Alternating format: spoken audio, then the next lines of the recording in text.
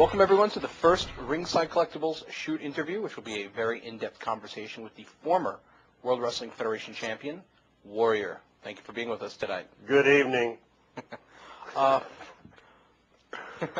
What are your first memories of the business? From the time I was in it? Before you were in it. Not very well. I grew up in Indiana. I grew up in the Midwest, and I wasn't a follower of it or a fan of it. My stepdad was, and he used to watch it late at night. And I would hang out when I would hang out with my buddies on the weekends or whatever. I would come in and catch him watching it, and he would fumble for the remote control and change it like he wasn't watching it, like it was a mistake or something. I always thought it was funny. And then later on, of course, it's kind of ironic that I ended up getting in the business. He passed away years before I ever got in the business, so I never had a chance to go back and have him tell me how great I was in comparison to guys like Dick the Bruiser and the Crusher. I can remember those guys. They talk like they ate gravel. That's what I remember hearing them on the TV. But I wasn't a follower of it or a fan of it. It wasn't a goal of mine to get in the business. Working out. When I was in high school, I stumbled into the weight room one day and took up weight training. And that changed my life in a lot of different ways. I was always a kid that was in the wrong place at the wrong time. Nothing serious, just delinquent stuff. Of course, those times were a lot different. There weren't the serious things to get into that there are for kids today. But I took up weight training and bodybuilding, and from that, I was bold enough to think after I saw the changes in my scrawny little body that I could make changes in my life in other ways. So I set a goal for myself to in education to become a doctor of chiropractic. So those were my goals. So you were working as a chiropractor while you were bodybuilding, competing in bodybuilding? No, I was bodybuilding while I was going to school as a chiropractor. And started competing, was living in Atlanta, Georgia at the time, and had nearly finished, was a couple credits short of finishing my chiropractic education academically, and was getting ready to start the clinical part of it. And because of my amateur bodybuilding successes, I won the Mr. Georgia in 1984. I went to a junior Mr. USA contest. I competed at the Mr. America, a collegiate Mr. America contest. Out of those, an opportunity came to get into professional wrestling. Right, that was Rick Bassman, correct? Rick was doing something in I was out in California. Ed Connors, one of the original owners of the Gold's Gym, the first one, him and two other guys that turned it into the big international franchise it is today. They used to bring two guys out every year and put them up to train for a regional level, national level contest. And I was one of the guys that they chose, people that they thought had potential to go into professional bodybuilding. I went out there, I did that. I didn't fare as well in the contest I got in as we thought I would. I came back to finish my chiropractic, and he called me about this guy who turned out to be Rick, who had this idea that to take these four guys from four different ethnicities and take them into business, walk up to Vince's door and say, you know, I got this group of guys and I want you to make them superstars. We were all ignorant. He was ignorant. He was naive. We were ignorant. We were naive. We were young. I loved working out. I did one of my goals was to become a professional bodybuilder. So I wanted to use all the work and stuff that I had done. And I was a younger student at the chiropractic college than most of the people there. Most of the people there were in their mid-30s, were into pursuing a second career, already had families. I was in my early 20s. And I thought, you know what, I'll take a break because I'd been going through chiropractic straight through. I'll take a break and I'll come back to it later on. Make some money in wrestling. Like everybody else, you see people on TV and say, man, they must make a lot of money. And I had a couple conversations with this guy, definitely not extensive enough, but he really just had a general idea. But he had no idea about the business, how it worked. And once I got out to California, it all very quickly fell apart to the point that we were living off peanut butter and jelly sandwiches, going to the deli aisle at grocery stores at midnight so we could get food in our bodies. It was. Right. While you were working as member of Power Team USA, that was first place you met Steve Borden, Sting. What were your initial thoughts on him? Well, Power Team USA to begin with was it was the words on a piece of paper. Right. It wasn't anything more than that. It wasn't going any further than that.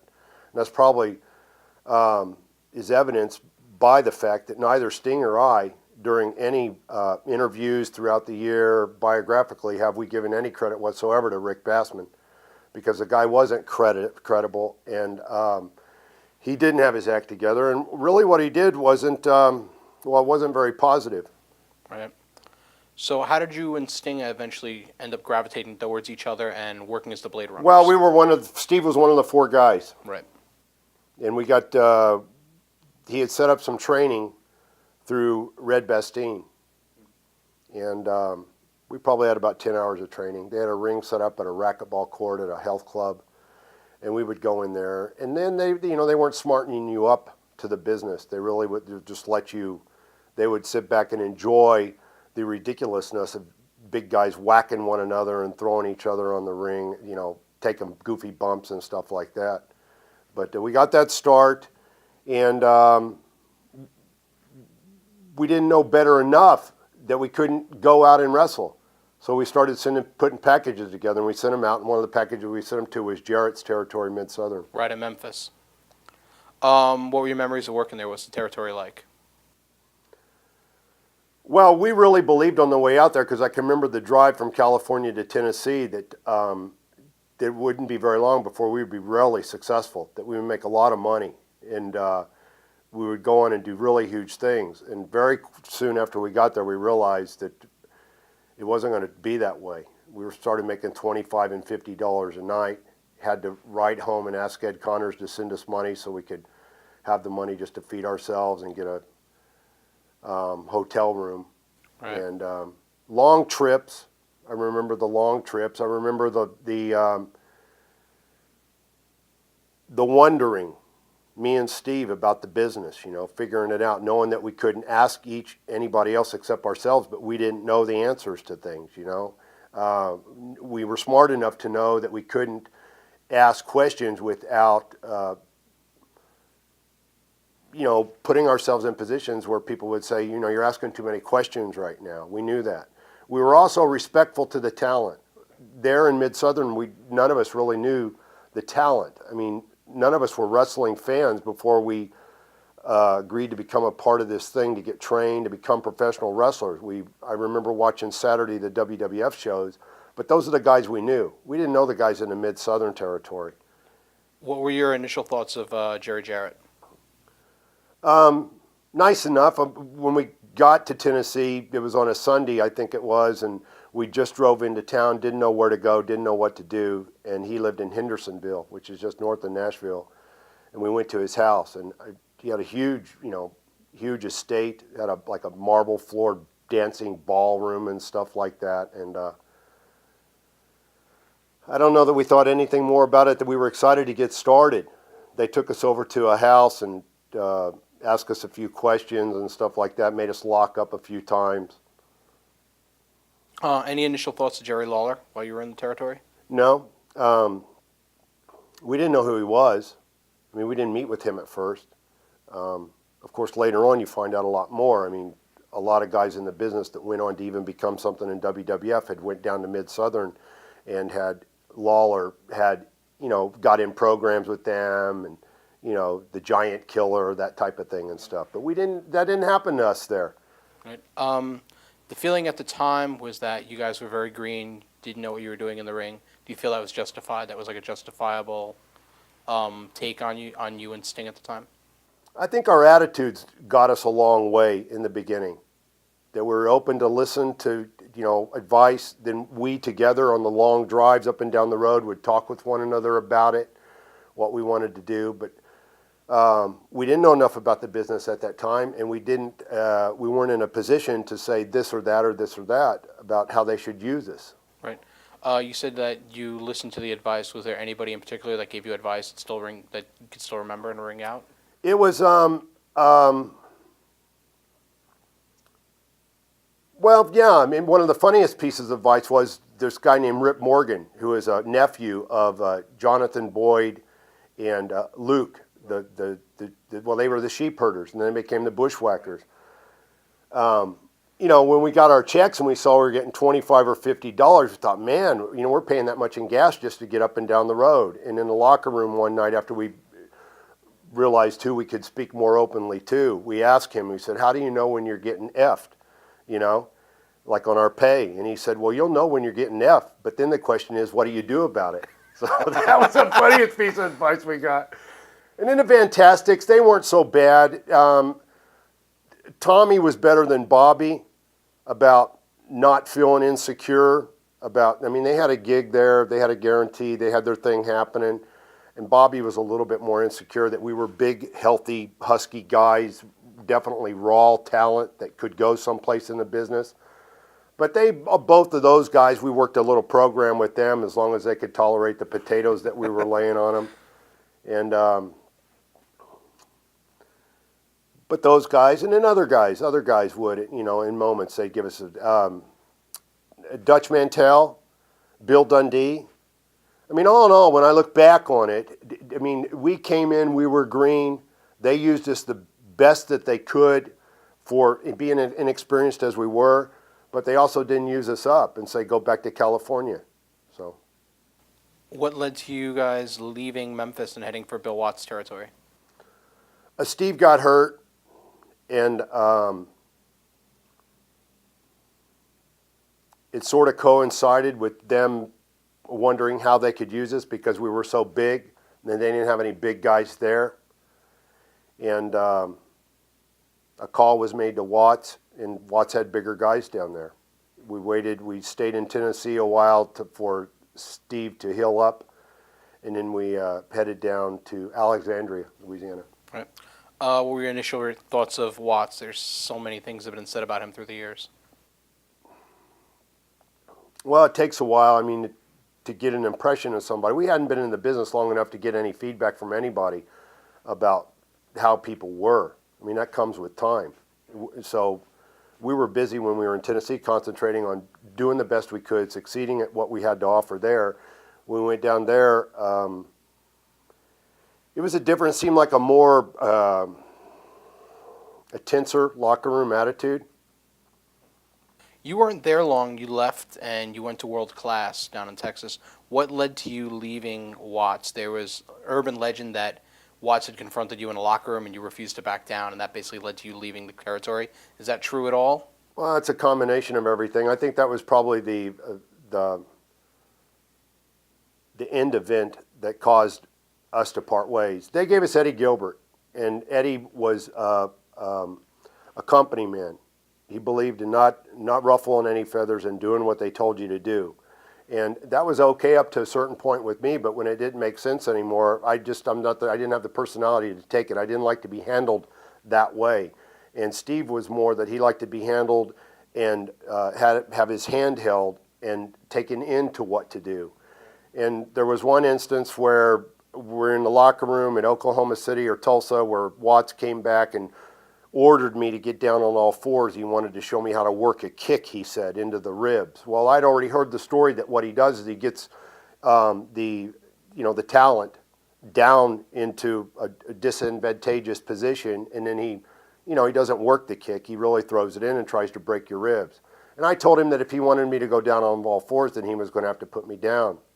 And everybody in the locker room was really stunned.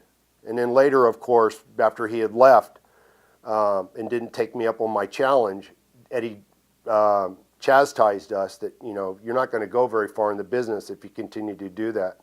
And Steve didn't speak up. And we sort of had a number of spoken agreements up and down the road, figuring out what we were going to do, that we were going to stand back to back in this business, that if we were going to do it, we were going to do it together as a team. And he didn't say anything. He sort of sided with Eddie in that. And we'd had some blowouts anyway because even starting in Tennessee, we were both power guys, but I was more of a power guy. And Steve was a great athlete, but he didn't have the working ability to utilize his athleticism yet, like he later came to be able to do. So the talent didn't want to take chances in him doing the more athletic stuff because he didn't know how to work yet. The power stuff was more precise. They knew that they were getting into. You pick a guy up over the head, you throw him, they know, that's the bump you take. And he got insecure a number of times because I was always the power guy. And at the time, he wasn't able to utilize his athleticism. So whenever they did the power stuff, they would always say for me to do it. Right. When you decided to leave, what was his reaction? I don't know. He was probably a little relieved.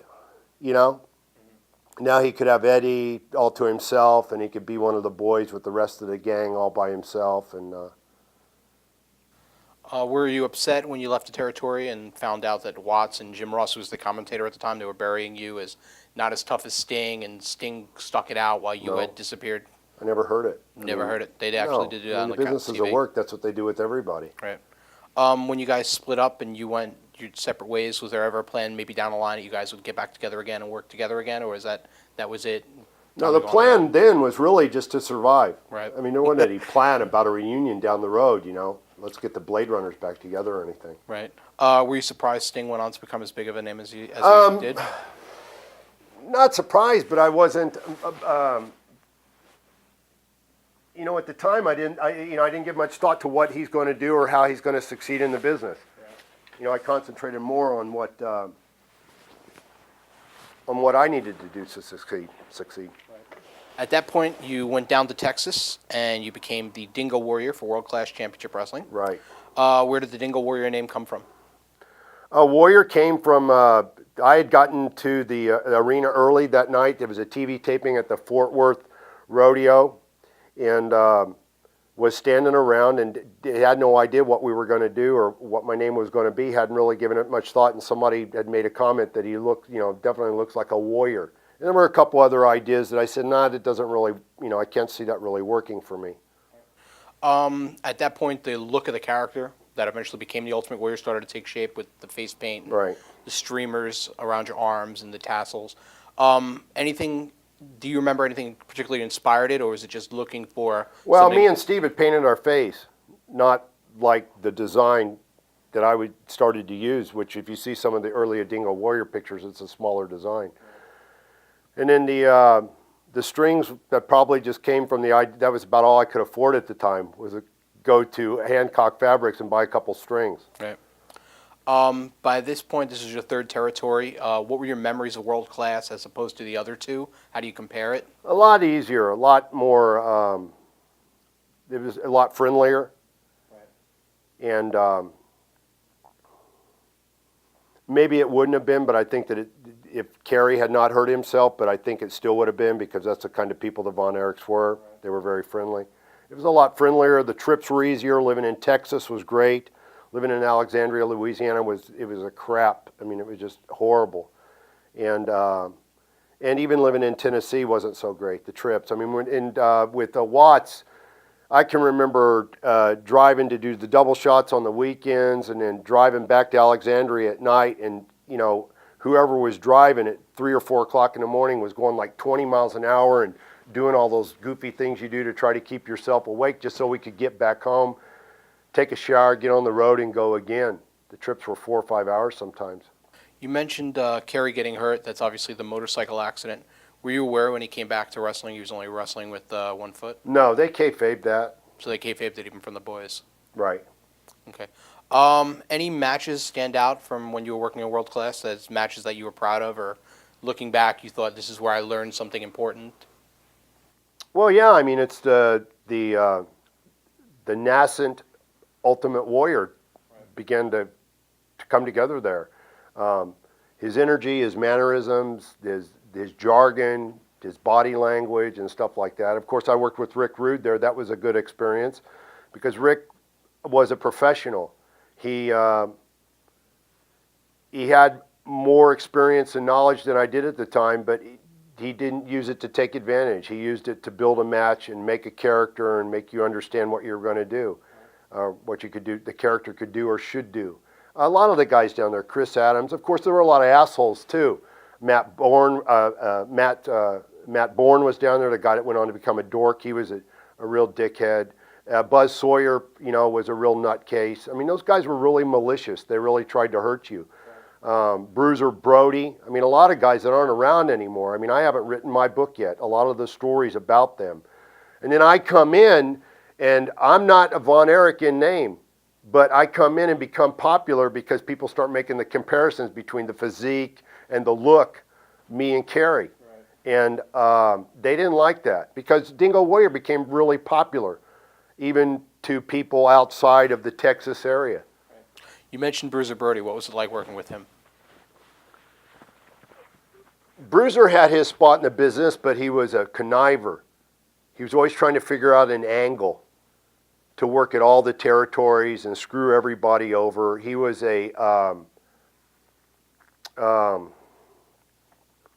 well, he liked to bum off people. He would never get his own hotel room.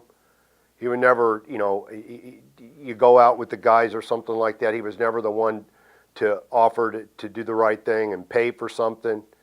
And he was always scamming.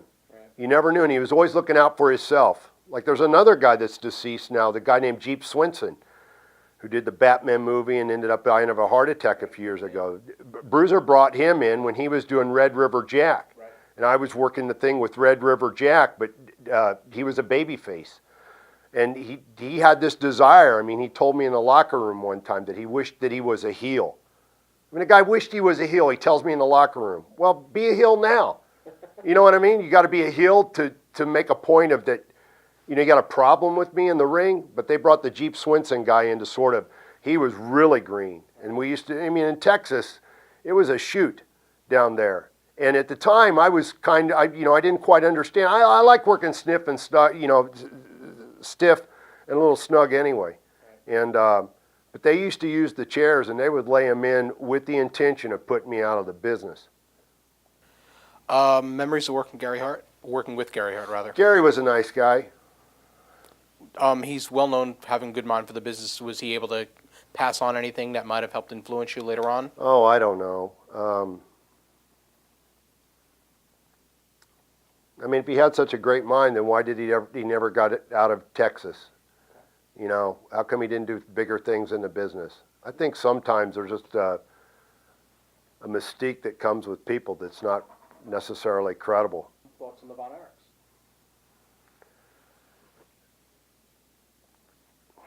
Really good people that had really big hearts, and I think the way that they were raised from the time they were little kids in the business, and their dad was the big, name down there, and the way they used to chase the ring, thinking it was real and everything. I think a lot of the veteran talent got a funny kick out of indulging the little Von Erich boys and giving them whatever they wanted to have that adult people had access to, right, like drugs and doctors and women and all that stuff and everything, and it eventually ended up killing them. Right. Do you think there was anything could have been done to prevent what happened to that family?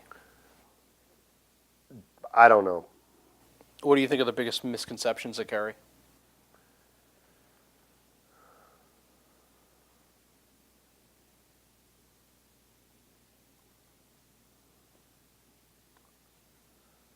I don't know that there are any. Right. He had an addiction problem. He was a great guy that had a really big heart. He had unbelievable charisma, more than any of the other brothers. And they just had this belief, this idea that however they got to what they envisioned as heaven, taking their own lives, that it wasn't a depressing thing for them per se. They thought they were going to meet their big brother Dave, and they were all going to be together again. I can't imagine that when they all chose to die, because I was there when Mike did the pills out in the woods in the sleeping bag, and then I became close with Chris too, because he had this undying desire to be a wrestler, but of course he was smaller and stuff. Right. He didn't have the physical potential to be a wrestler. Right. In their last moment on this planet, I can't believe that they were depressed about it, that they weren't suicidal, like, oh, it just really stinks. They really thought that it was going to be a better thing. It's been written that by some that Fritz forced them into the business. Do you think that was the case, or do you think they wanted it?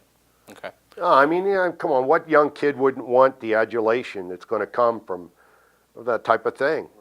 Right. So in some part, yeah, maybe later on down the road, they, like other people, came to the realization themselves that that's not success, that's not what's going to make me happy. Right. And maybe they felt like they were still stuck in. I think Kevin maybe was probably a little like that he had a responsibility, an obligation to the business, to the Von Erich name, even when he didn't want to do it anymore. Right. At the time, there were rumors that New Japan Pro Wrestling wanted to bring you in and create the Big Van Vader character around you. and instead they eventually went with Leon White, who went on to become famous using the name. What was the story there? How close was that happening that you were going to go to Japan? Well, Vader didn't become as famous as Ultimate Warrior, so I was negotiating. I'd went to Fritz to ask if I could get more money. The money was decent enough. I had a nice apartment. I was able to do what I wanted to do. I had a fairly new car. I liked living in Texas. I liked the gym that I frequented. I liked the people that I'd become friends with. But there just came a time where I wanted to get a little bit more money, more of a guarantee, instead of a hit and miss thing. And I went to Fritz about it, and he said no. And that coincided with the time that George Scott, a lot of people don't know this story, but George Scott came down there to take over the book after leaving Vince, helping Vince get WrestleManias off the ground. He came down to do a favor for Jack Fritz to take over the book for a while. Tony Atlas came down. That's when George Wells came down. And I found out through the Sportatorium personnel that George Scott was on the phone talking a lot about a guy down here that had incredible potential. That kid turned out to be me. All that happened at the same time. George Scott came in. I was working to go to Japan, and I went to Fritz to see about more money. Fritz said he wasn't going to give me any more money, and as I was getting ready to do the thing with Japan, the people in New York got curious enough to pick up the phone and call me. And I went to the Waco show. They said, show up with your gear bag down there. And we'd been going to Waco since I'd been there in WCCW. So, you know, they expected they brought WWF, the big show, came to town. Well, I ended up getting just as big as pop of whoever the main event was, because all these people knew me and they were endeared, you know, to the Ultimate Warrior character. And from that, they asked me, I think a couple days later, to go to Indianapolis. They were doing a television taping, and I worked a dark match with Jose Rivera, I think maybe is the name, I don't know. But then it just took off. It took off where they kept me on the back burner, kept me in the sea towns, and just kept testing me to see what I was made of and how the character would work. You know, I don't even think so much the character, just my personality and everything, being in the ring, how people liked my look and everything else like that. So this is George Scott who made the initial connection between you and WWF. Yeah. I mean, he didn't call me and say hook up with them, but I ended up through him. I found out. I mean, George Scott never even told me that he was talking to them. I found out from Bronco Lubick, you know, an old referee. He's probably not even alive anymore. He told me. Right. What point did the Ultimate Warrior name become developed? And the first time that I did do a TV taping, they did a pre-tape where they used to put the little screen up in the corner back then. Wrestled Terry Gibbs. They took me down in one of the studio rooms down in the basement, and Vince said, we want you to do Warrior, but we don't want Dingo. And so I got on there and I said, I'm this warrior, I'm not that warrior, I am the Ultimate Warrior. And that's how Ultimate Warrior came to be.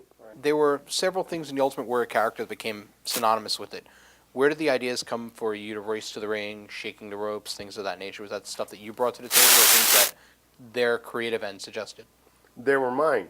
Right. You know, when I started doing that and started working, the veterans in the business told me that I should probably not do it because, you know, it was probably going to shorten my time at the WWF. But I listened to the people and I knew it was the right thing to do. Now, creatively, you develop your own character back then. They don't, you know, they didn't have a template where they plugged you into a character. I don't know that they do today or not, but back then they didn't. I mean, it was really between the talent. That's the kind of confidence the office could have on the guys that were, you know, main eventers.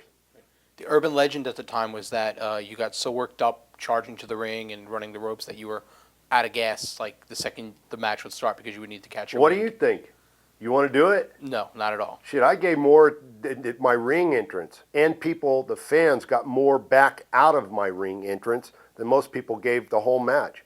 Am I supposed to apologize about that? No, I'm not asking you I mean, to. it's physically exerting. Well, but urban legend, what's that mean? Yeah, Warrior got blown up. I don't think I'm ever on the record saying that I didn't get blown up. But if I wasn't blown up and exhausted by the end of the match, then I didn't think I gave the people their Ultimate Warrior's money worth. The signature moves, gorilla press and the drop, the big clothesline, the splash off the ropes, were these things that you developed on your own, or things that you and Vince together developed, or like the basic signature moves for the Warrior character? No, I think we went to an architect to do those things, to put those things together. I mean, I don't get that. I think that's a. I mean, all the other stuff that it takes to make a match. Again, I did the clotheslines, I did the press slam, and I did the splash in my finish. I shook the ropes. The guy would beat me on the back. I'd get to the ropes, get my power, shake the ropes. I did more in my finish than most people do in the whole match. What about the hip tosses, the regular body slams, dropping elbows, coming up the top rope with chops, working outside the ring, working the turnbuckles, working holds? What about all that other stuff that's in the match? Nobody can show me a video of any match I ever had where all I did was clotheslines, a press slam, and a splash. Right. What about running the ring and the entrance that I put on? What about all the other stuff the punches, the kicks? I mean, that's what made those things all together is what made the Ultimate Warrior the entire package was. I think it's a bad rap. A silly rap when people say, well, he could do clotheslines. He could do a press slam. Right. So what do you think is the most important part of making a superstar character? The look, the in-ring work, the charisma, bond with the crowd? Like, if you had the charisma is the most important. It takes the charisma to make all the other stuff happen. Right. If you don't have the charisma, then the other stuff doesn't matter. There were plenty of guys there that have mocked me and the Ultimate Warrior character and criticized it, that came there with bags and bags and bags of wrestling moves. Right. They never made it like the Ultimate Warrior character did. The charisma is what made the body look. The charisma is what made me go to the gym at 2 o'clock in the morning and say, this is what I need to do to be Ultimate Warrior. Right. The charisma is what made me invest the time in the jargon that the Ultimate Warrior had, his own mini universe. The charisma is what made me make the efforts to say, I need to put money into my costume. I need to pick up the phone and make phone calls and find out what to do. I need to have, instead of 1 or 2 colors or 1 or 2 strings of arms, I need to develop a whole palette of colors. The charisma is what made me do certain things in the ring that the people got. They understand. And so the charisma is most important. Today's wrestling fan, the smarter fan, the internet fan, they pay closer attention to how skilled someone is inside the ring in terms of scientific, technical ability. Do you think they're missing the larger picture of what makes the business run? Who's the smarter fans? You say the Ultimate Warrior fans stupid? Not smart? No. I'm saying there's a certain segment of fans, internet fans that are they'll trade tapes and they'll pay close attention to international talent and pay close attention to guys of the caliber of. I would say those people aren't so smart. Okay. Because those guys that bring those kind of skills to the table, they are not the ones that people remember forever and a day. They're not the ones that they wish would come back. That kind of talent. Do you think you would have had the same impact if you were doing that style? What style? A more scientific-based style, like say like a British Bulldogs or Ricky Steamboat had it during that era. If you were doing that style as opposed to the style that you did, do you think you'd be as remembered? Well, I did the style Ultimate Warrior need to do to be Ultimate Warrior. The style of a performer, like say a Dynamite Kid, was very different from what you did in the ring, or Ricky Steamboat was very different from what Hulk Hogan would do in the ring. Guys of that, like they were very. This is what I did. I looked at all the other people there, and getting back again to all these other people that had been in the business, been in the dungeons with Stu Hart. There's a lot of urban legends about that. That you got to go there to succeed. I came in the business in '87. In 1990, I had a match with Hulk Hogan, who was the only superstar and still will be the only real super household name. I had a match with him where he dropped the strap to me in the middle of the ring. Right. The best thing I did was not pay attention to what everybody else was doing. How did you deal with being away from home? How did you deal with training while you were on the road? The road schedule at the time was about at least 25 or 26 days a month. When I had the straps, on my days off, they would have something for me to do, either go up to Stamford to the studio. They spent a lot of time doing interviews for each separate town back then, much differently than I think they do today. Or I would have to do some other things, promo stuff. So you didn't have a lot of days off. How did I cope with it? You just cope with it. It's what I wanted to do. I wanted to succeed, and this is what I had to do to make it happen.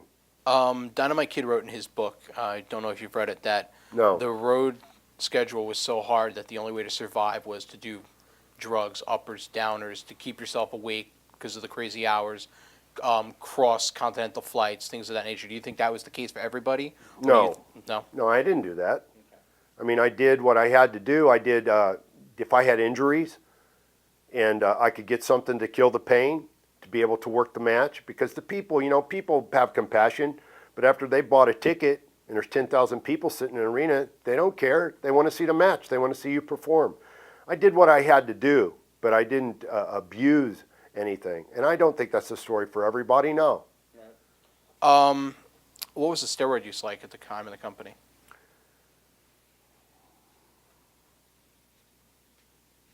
I think a lot of guys, a lot of the guys use steroids, but it wasn't a thing like in the locker room. There were guys just throwing needles at one another. Right. It was a private thing that people did.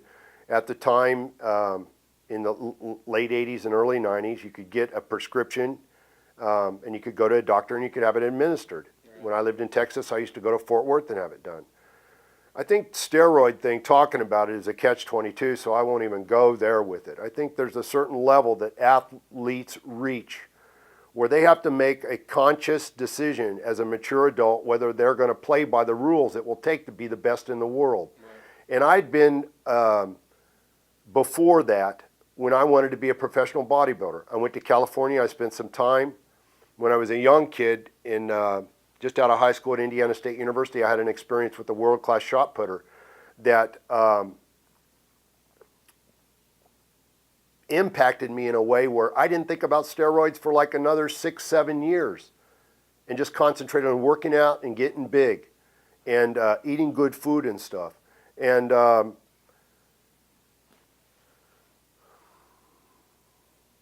there's a lot to consider, when you're in a spot like that and you're making the kind of money that you are, what you're willing to do, what kind of sacrifices you're going to make. I saw it as a sacrifice I was willing to make in the controlled, non-abusive way that I chose to do it, that I was building a security up in my life in other ways by making these sacrifices. I didn't abuse my body in other ways, with alcohol and smoking and staying up late and doing all that kind. I took care of myself. I was a healthy guy. I had come from a bodybuilding background, and one of the key elements in succeeding in bodybuilding is to be healthy. What was your first memory of meeting Vince McMahon? I remember meeting him. I don't remember that. I met him at Anaheim, California, at the convention center there. I was at Texas at the time. They flew me out there. I remember walking in one of the hall rooms that they have at these big convention centers. There was a table, 50 yards from the door, and it's the only thing in the room. It's a table. And they're all there. Vince is there and Pat Patterson. I don't know who else was there. But it's like they wanted to see me walk across to the table. We had a real short conversation. I was raised in a really, in a way to mind my manners and have respect for people that are older than me. And so I remember doing that at that meeting. And I remember leaving not really concerned about whether or not they would call me or not, that they probably would. Okay, so your first televised program was against Hercules Hernandez, who's no longer with us. Any memories of working with Hercules and also Bobby Heenan, who was his manager at the time? Yeah, I mean, it was great to work with Herc because he was, he worked snug too. Right. And so he was the right guy to put me with there at the very beginning. And he was interested in making the match work. The guys there in the beginning didn't have a problem with, they knew what was going on with the Ultimate Warrior character and what, that he was going to go up in the business, and Herc knew that he was a stepping stone, and so he did everything to make it happen. Right. Your first pay-per-view match was the first Survivor Series. Any memories of that, and is there a difference pressure-wise when you're performing on pay-per-view as opposed to just in a live crowd? No, because you were always on the road. It was just another day on the tour. Typically, you had to go someplace the next day and make another town, or you had been to a number of towns consecutively for 5, 10, 14 days. I remember when I first went up there, you would go on the road for 14 to 25 days, not come home. Right. Any particular memories of the show? That was the 8-man tag elimination matches for the first time. Where was it? I believe Richmond, Ohio. Okay. No. How close were you with Owen? And any particular memories of Owen? Close. I liked Owen. Owen was a good friend of mine. And, some of the other guys. I got along with the ring crew guys and stuff better than I did with some of the talent. Although there was no blatant animosity between me and anybody. Right. Some of the things that went back and forth over the recent years since I've been, or while I've been out of the business, they're new to me. Everybody got along with everybody. Did any of the WrestleManias, any of the shows stick out as like, this is like a pivotal moment for the Warrior character? Well, WrestleMania 6, of right. course, and for different reasons than other people think. It was a goal I set when I got into the business to be able to succeed in it at its highest levels, and that was a statement that the Ultimate Warrior character had. Did you notice any of the boys treating you differently once you were in that position and you were like towards the top of the card as opposed to where you were previously?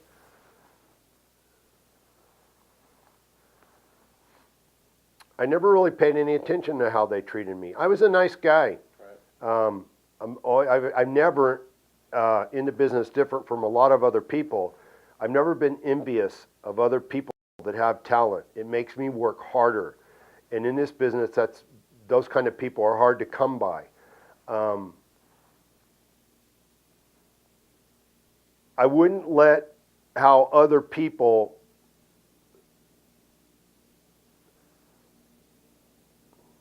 may have misperceived why I was Ultimate Warrior was becoming a player in the business. I wouldn't let their misconceptions of that. They can make up their own ideas about what I was doing, how it was happening or whatever.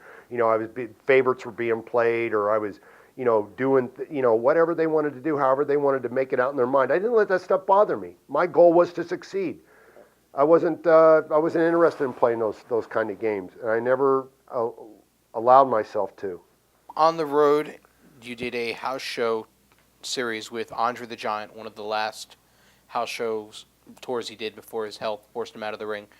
Any memories of Andre as a person, and also what it was like dealing with him in the ring? Yeah, Andre was he was great with me.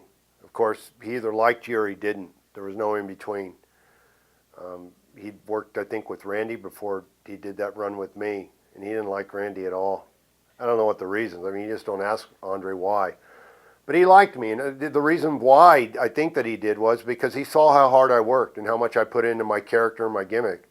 And that's why he was okay with doing what he did. Andre didn't do what he didn't want to do. Right. And I was always very respectful to him. And sometimes being respectful to somebody is just leaving them alone. Not pestering them. Rick Rude came in, obviously someone you had worked with before, and they began a program with you and Rude for the Intercontinental Championship. He was there before I got there. Right. Was he? Okay. You're right, he was. I apologize. Were you excited about getting back in the ring with Rick? Yeah, I liked Rick. Any specific personal memories of dealing with him, or, he's no longer with us? People involved in the decision-making process now. Right. And they didn't have that then, and throughout the company, there was an overall optimism about working and being on the road and having the opportunity to perform in front of people and be your character. And I remember that about Rick. In other words, nobody really drugged themselves, like it was a drag to be in the business. Right. There were a lot of people got tired from the road travel and the schedule and being away from home and stuff. But for the most part, when you got to the arena, it was time to do the match and the show was going on, everybody was optimistic. Everybody went to the ring, and it wasn't, it was exciting and energizing to go to the ring and perform. Rick was like that. He was meticulous in what he wanted to do. He wanted to make the match work. You dropped the belt to him at your second WrestleMania, the Intercontinental Championship. Right. Were you surprised when they wanted to take the title off of you, or did you expect a longer run? No. No. Did it matter to you at all whether you were holding a championship or not? Some guys are very different in that respect, where some people say they care more about their position in the company and the titles more than anything else. Or No, I mean, what drove me was being able to go out and perform and develop and evolve the Ultimate Warrior character. right. Yeah. Okay. You also did a house show run with Bobby Heenan, where he was forced to wear a weasel suit if he lost. What are your memories of working with Bobby? He's obviously well known as a very funny guy, and what was it like working with someone as powerful as you are, with someone who was pretty much towards the end of his career in the ring and wasn't as athletic as he used to be? Well, I don't know. He should have said something to somebody if he had a problem with it. I mean, that I wasn't in charge of setting up these matches, these blow-off matches that they had, these gimmick matches and stuff. I mean, I never went out to the ring to try to hurt anybody or anything like that. I thought they were kind of goofy. It was a night off to work those matches. Bobby himself, well, he was just a two-faced bastard.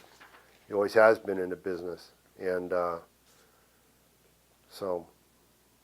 WrestleMania 6, would you say was the biggest night of your career? Yeah, I mean, I had a lot of great moments in my career, match-wise and stuff. If I sit down and made a list, I could think them through. But yeah, I mean, of course, it was a different time. Hogan was the guy. He never dropped the belt that way, never dropped the belt. When did you find out that they were going to go with you versus Hogan in a... I don't know for sure. 3 or 4 months before that, Right. I remember I was at the studio in Stamford and doing a photo shoot for a lot of the merchandise that came out that time.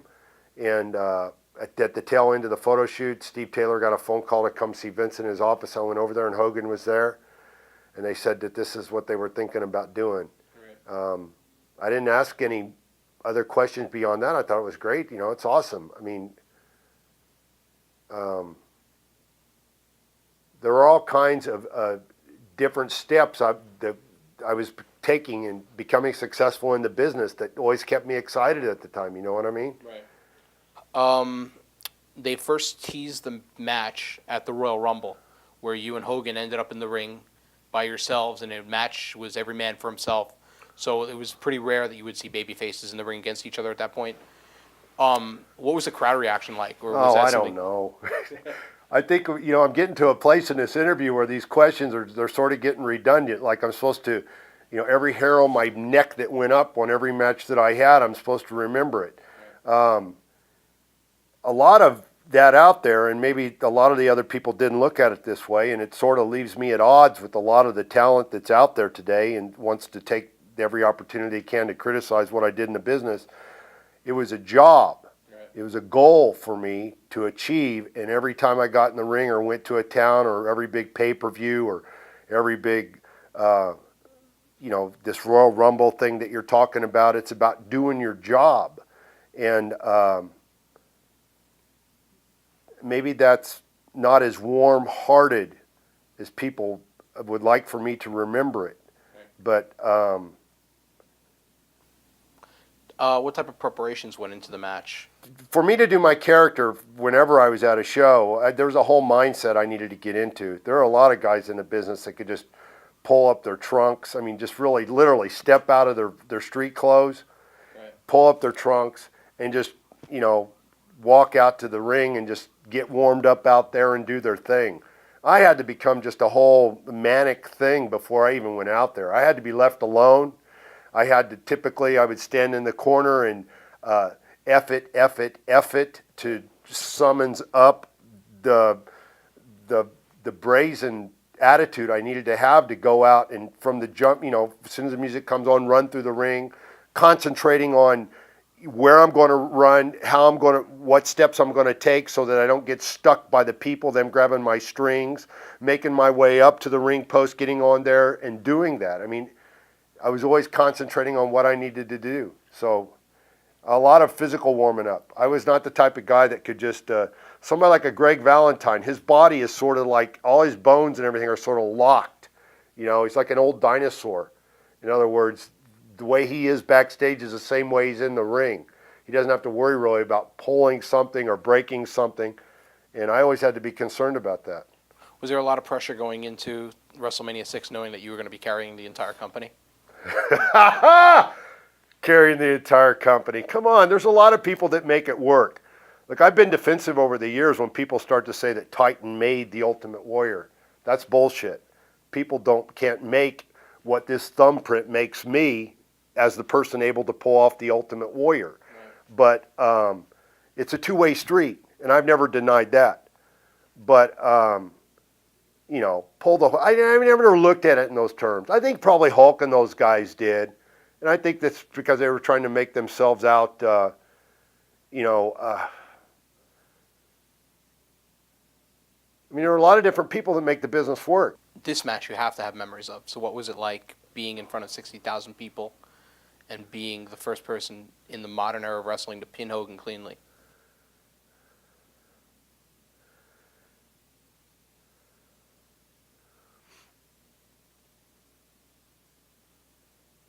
Well, I mean, it's awesome to be able to go out and perform at that level in front of that many people in a match that had the kind of chemistry it did and stuff. Will I ever be able to remember it exactly like it happened that night? I don't think so. But it was, you know, everything worked. You know, not just to have gotten to that place in my career as the Ultimate Warrior and had a match with Hulk Hogan, even if the finish was different, would have been something in itself. But the fact that the finish was the way it was, the fact that the chemistry was the way it was, that time in the history of sports entertainment, WWF, the way it was, that time, place in history, I mean, all of it it was magic. Are you aware of what Hulk Hogan wrote in his autobiography about the match? No. He said that afterwards he took the championship belt, came back to the ring and handed it to you in an unplanned moment. Oh. And his reason for this was to get sympathy for himself and take the focus off you because he knew at some point he was going to be coming back. What do you think about that? Well, I think that Hogan's whole life has been a work. And there's nothing about his life that's ever been unplanned. So he probably had it planned out from the beginning. Kurt Hennig, who's no longer with us, he worked with Mr. Perfect. Most of the people they're no longer with us. We're going to get into that. What did you think of working with Kurt? Kurt was a good guy. He was funny. He was good in the locker room. He was always pulling ribs, and he was a great athlete. It's easy to work with guys like that sort of got springs in their legs. Right. They bump all over and stuff. You just, you throw a punch and they go. Randy Savage, is he as intense as it's said that he is? Yeah, he is.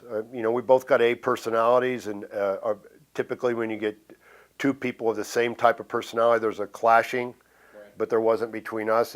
We had really good chemistry, and I like Randy as a person. He was a really stand-up guy. I think he's mischaracterized in a lot of ways too, because he is. Right. You teamed with Road Warriors, who were working as Legion of Doom against Demolition, did a lot of six-man tags. Right. Anything stand out in your mind about those matches? Because it was pretty much like every major character who had worn face paint, other than Sting, working pretty much the same program at once. No, I liked working with those guys. Of course, they were in the business as the Road Warriors and just incredible success and made a huge impact on the business way before we got in it. They painted their face. They were using the concept as Warrior. But when they came in, I was already established up at WWF, and I didn't push it in their face. Right. I had respect for them because I'd watched them when I first got in the business, and we both let one another do our Warrior things. Like in interviews and stuff, I would put them over for how incredible I thought they were, how Ultimate Warrior would act like how incredible he thought they were, and they would put Ultimate Warrior over. All right. Were you surprised when WWF came to you and told you the decision to have you drop the belt to Sergeant Slaughter? No. No? Was I surprised? Yeah, were you surprised? Did you expect a longer run? I mean, obviously that was going to change your financial place in the company. Well, you don't get to a place in a business like that unless you're willing to drop it when they say they want to drop it. Okay. So, you want to drop it, and what they did back then is that, look, it's not good business for them just to have, unless they no longer have any use for you or they've got ulterior motives, to just have you drop a belt and then not have you ready to go into another program. Right. I dropped the belt. Randy came to the ring, hit me with the scepter over the head, and that led into what I think was another was a match that belongs in the same category as WrestleMania 6. I was gonna bring that up. First of all, I wanted to Good. ask you. They used Sergeant Slaughter's character used the Persian Gulf War as the backstory.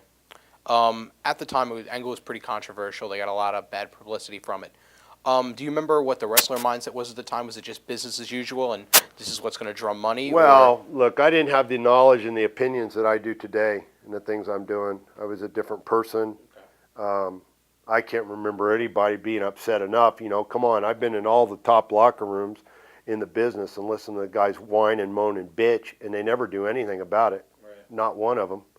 What do you think that is? That the wrestlers are always bitching. You know, I don't think they were going to take their cue from USA Today because they were bashing WWF because they're using the war as a storyline. Right. You know, come on. So let's talk about the retirement match with Randy Savage, which I would agree with you is one of the greatest matches that you were involved in. What was any particular memories of the match? More memories again. Well, you and your memories. Those who are going to want to watch this are There's going a to want to song know. or something, isn't there? Memories. Something like that. About the time they brought in the Undertaker character. Mm-hmm. What was your first reaction to the character? Because that was, other than the Warrior, the first real supernatural character that they had. I liked it, man. Yeah. Yeah, I liked it. I liked Mark. He was a good guy. And they brought him in and kept him off the TV thinking about what character to give him. And then we did the angle. And then the first town we worked was Albany, New York, I think. And the people really got behind the Undertaker gimmick. Are you surprised he had the longevity that he's still going today? I never thought about it, Right. you know, whether he would or he wouldn't. I think it says a lot about him, though. Right. Where did the idea for the angle where you were locked in the coffin come from? Do you remember who came up with They that? came up with it, but it wasn't my idea. But I wasn't against it. I mean, you know, a lot of people thought they were aghast. God, you're going to get in a coffin, they're going to close it, man. It's almost blasphemous or something. Actually, I joked. I said it was the most rest I'd had in a long time. That led to you doing a series of body bag matches Mm-hmm. with Undertaker. Was there anything in particular that stands out about working with him as a performer? Or differences in the matches? Because these are two almost like, well, you and Hogan were superheroes in a way, but here was like two very vibrant superhero type characters against each other. Yeah, it was creatively stimulating because he was new and he was, you know, the thing was to work the match but get him over, Right. you know, build him up as a talent. And I wasn't, as I've never been envious or jealous. I mean, I was in a position really to probably work the match in a way or give advice about how we set up the match where it wouldn't have been too beneficial to his character continuing to grow and build. But I was energized by saying, well, we got this thing that people like, so we got to work a match where Ultimate Warrior keeps his over prominence, Right. you know, keeps his babyface prominence. But at the same time, I think that we should engage your character. It's not a devilish evil thing. They like the character because it's different. So yeah, it was neat to be able to work a match and try stuff out every night. That's really neat to do. Right. At the same time, they also began a series of vignettes where Jake Roberts eventually turned on you and left you buried up to your neck. Yes. What's your take on Jake Roberts? Because he's a character in the business and a person in the business that everybody seems to have a million stories about. So what do you? Well, I think Jake has probably revealed more stories and more of the substance about himself than anybody else could add to it. I mean, he's a liar, and he's a lech, he's a loser, and there's not much more to say. Getting back into some of the things you were doing inside the ring at that point, you worked a little bit with Sid Vicious, who was working with Sid Justice at the time. Only a couple times, I Yeah, think. a couple of times. What were your thoughts on him and his persona and how he was as a person? Well, you know, Sid came in after I left in '91, and so we never really got to know one another. And when I came back in '92, just like I did when I came back in '96 with Hunter Helmsley, he just misunderstood. Right. I was, as a businessman, saying, this is Ultimate Warrior. Ultimate Warrior is this. This is the way he's accepted by the people. This is how he is a money maker. Right. And he had been the guy. He had been the big, tall guy with big arms and big muscles, and their version of intense character that they had at the time. And when I came back, I mean, I think he was, at the least, his feelings were probably hurt, and at the most, he was offended, and he wasn't going to go along with what that needed to be done. Were you surprised when he walked out on the company? I don't know. You've asked me surprise a lot of times. I never really thought about it. Like, I didn't think, Okay. I'll be surprised if he walked out. I don't know. Okay. You wound up working SummerSlam 92 against Randy Savage in London, which was probably one of their biggest houses of all time. Right. What was any remembrances of how it was for the crowd in England as compared to Skydome or another big building? Yeah, it was cool. Yeah. I mean, that was really neat. That was a great event. Right. At that time, Ric Flair came in, which first time he worked WWF. He did matches with you and Randy and a bunch of other guys. What were your thoughts on dealing with Rick and working with Rick? And Well, Rick is a two-faced person. He's two-faced. I mean, he's, made comments that he couldn't have matches. I thought he was the best. yeah, I thought he could work with anybody. I thought the guys like Ric Flair could work with the broomstick. Right. I think it says more about him than it does about me. I think he's I don't think, different than a lot of people think, that they admire his tenacity to want to stay in the business for so long and stuff. I don't think that's a thing to admire. I think it's a little embarrassing, and it's become pathetic, and he should, be a real man and have found something else to use his notoriety in a more productive way instead of staying in the ring. You were scheduled to do a program with Nels, the convict, and I then don't remember that. you guys did a face-off at one of the TV tapings, and then he was abruptly dropped. He actually physically assaulted Vince McMahon backstage at Oh, the yeah, I show. remember that. Do you remember what the reaction was among the guys and for a wrestler to actually put his hands on Vince? Like, was he a I don't hero know. among the wrestlers, or was it, I can't believe he did this? The guys are always angry at Vince in some way for something, but they were never big enough to go tell Vince themselves or do anything about it. They just kept eating it and eating it and eating it. Right. So it's kind of very weak-mannered to, get your rocks off because somebody stood up to Vince when you didn't have what it took to do it, to do so. Right. Okay, you were scheduled to work the Survivor Series pay-per-view in 1992, and you left the company pretty abruptly. What happened that led to your departure?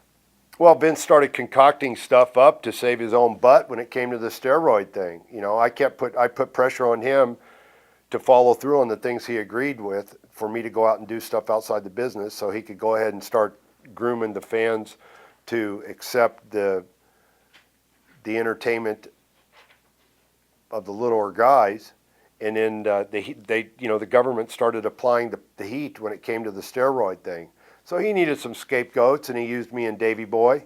Right. Is what he did. What did he do?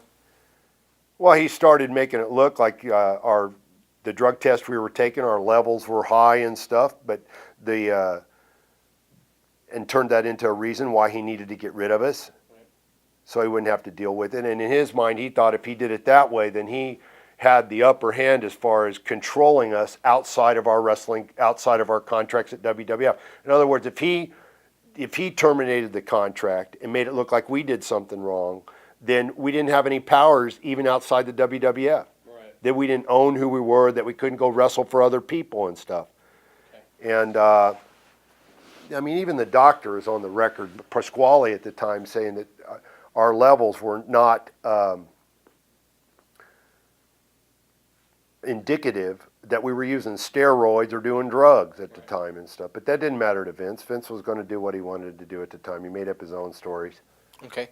After you left WWF in November 92, you made very few independent wrestling appearances from that point on. Right. Was there any reason for that? Was it just the money wasn't there? Well, in 91, I didn't make any.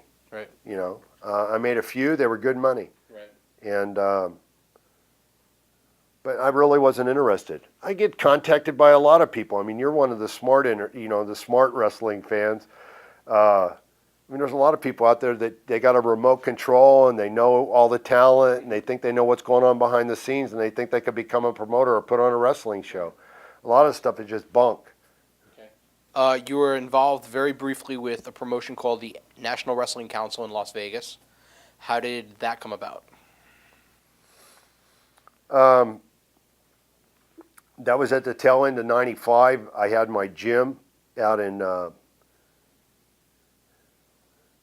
Scottsdale, Arizona. Right. I'd closed it in September of '95 and started retrofitting it and to change it into a training facility. Right. A couple ideas, 3 ideas actually. One was as a key holder facility where private members only. They pay a larger membership fee, but they get a key to the place and they get to come and use it.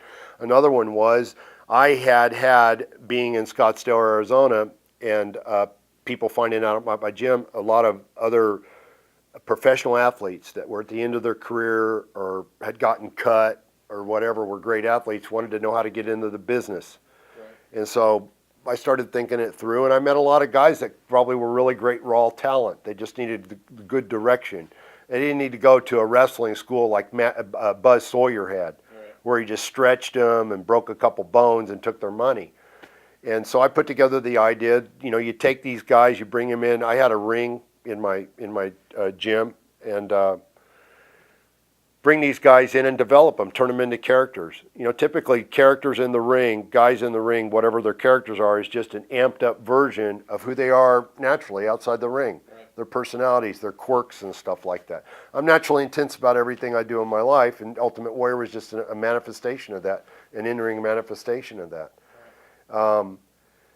So I had put the promotional stuff out for this Warrior University, it was called.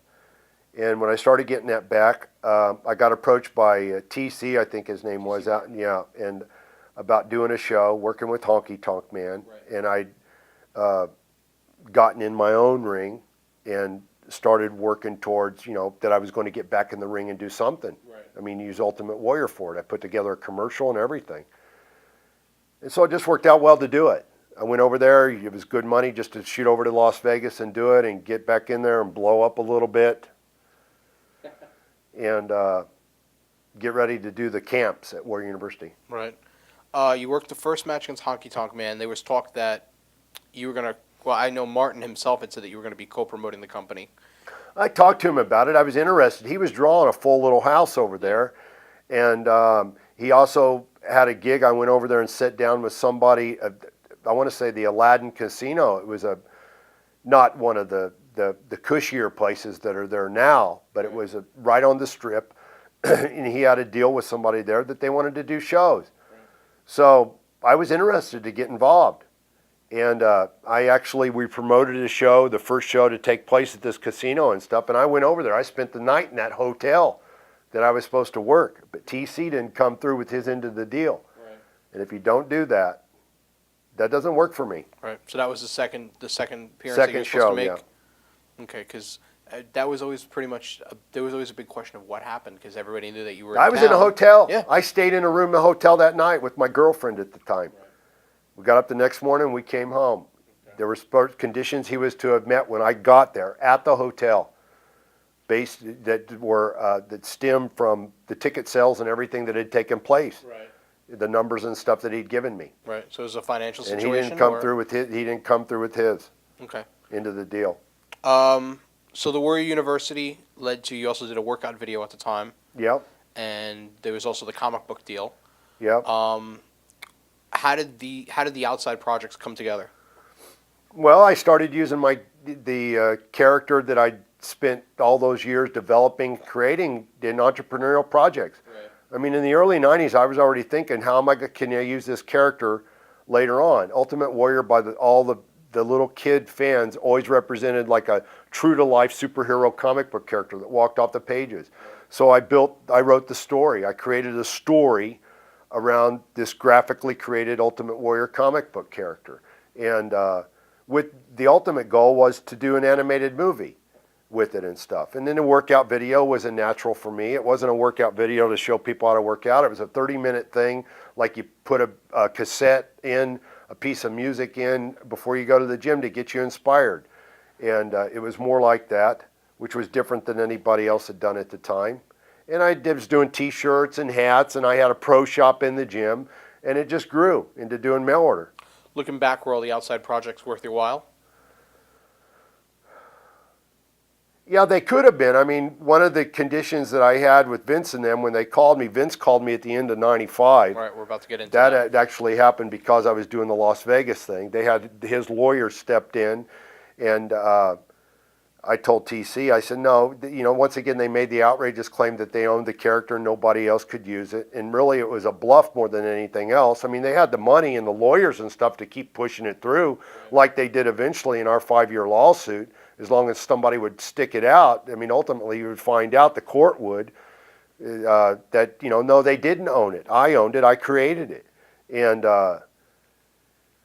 but they stepped in. Vince called me. We talked. I said, Vince, I'm not really interested in come back. He came to my gym. I wasn't there for the day. He came out for like the NBA series All-Star game. Came out with Kevin Nash. Kevin Nash was living out there at the time.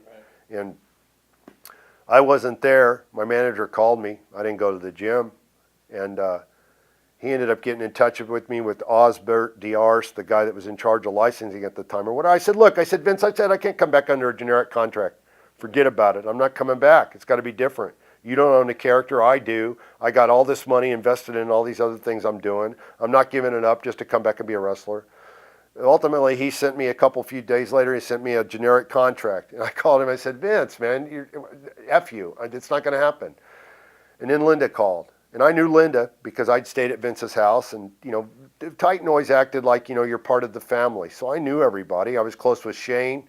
I had a relationship with Shane. It was like big brother, little brother for a while. He came to Texas and stayed with me. And Linda got involved, wanted to meet with me in Phoenix. I went and met her, and I just had a sense that it would be different. Right. I would handle things through her, not Vince. And she was the go-between. And so we worked out a really unusual, unique deal. And the deal was that I had all these other things going on.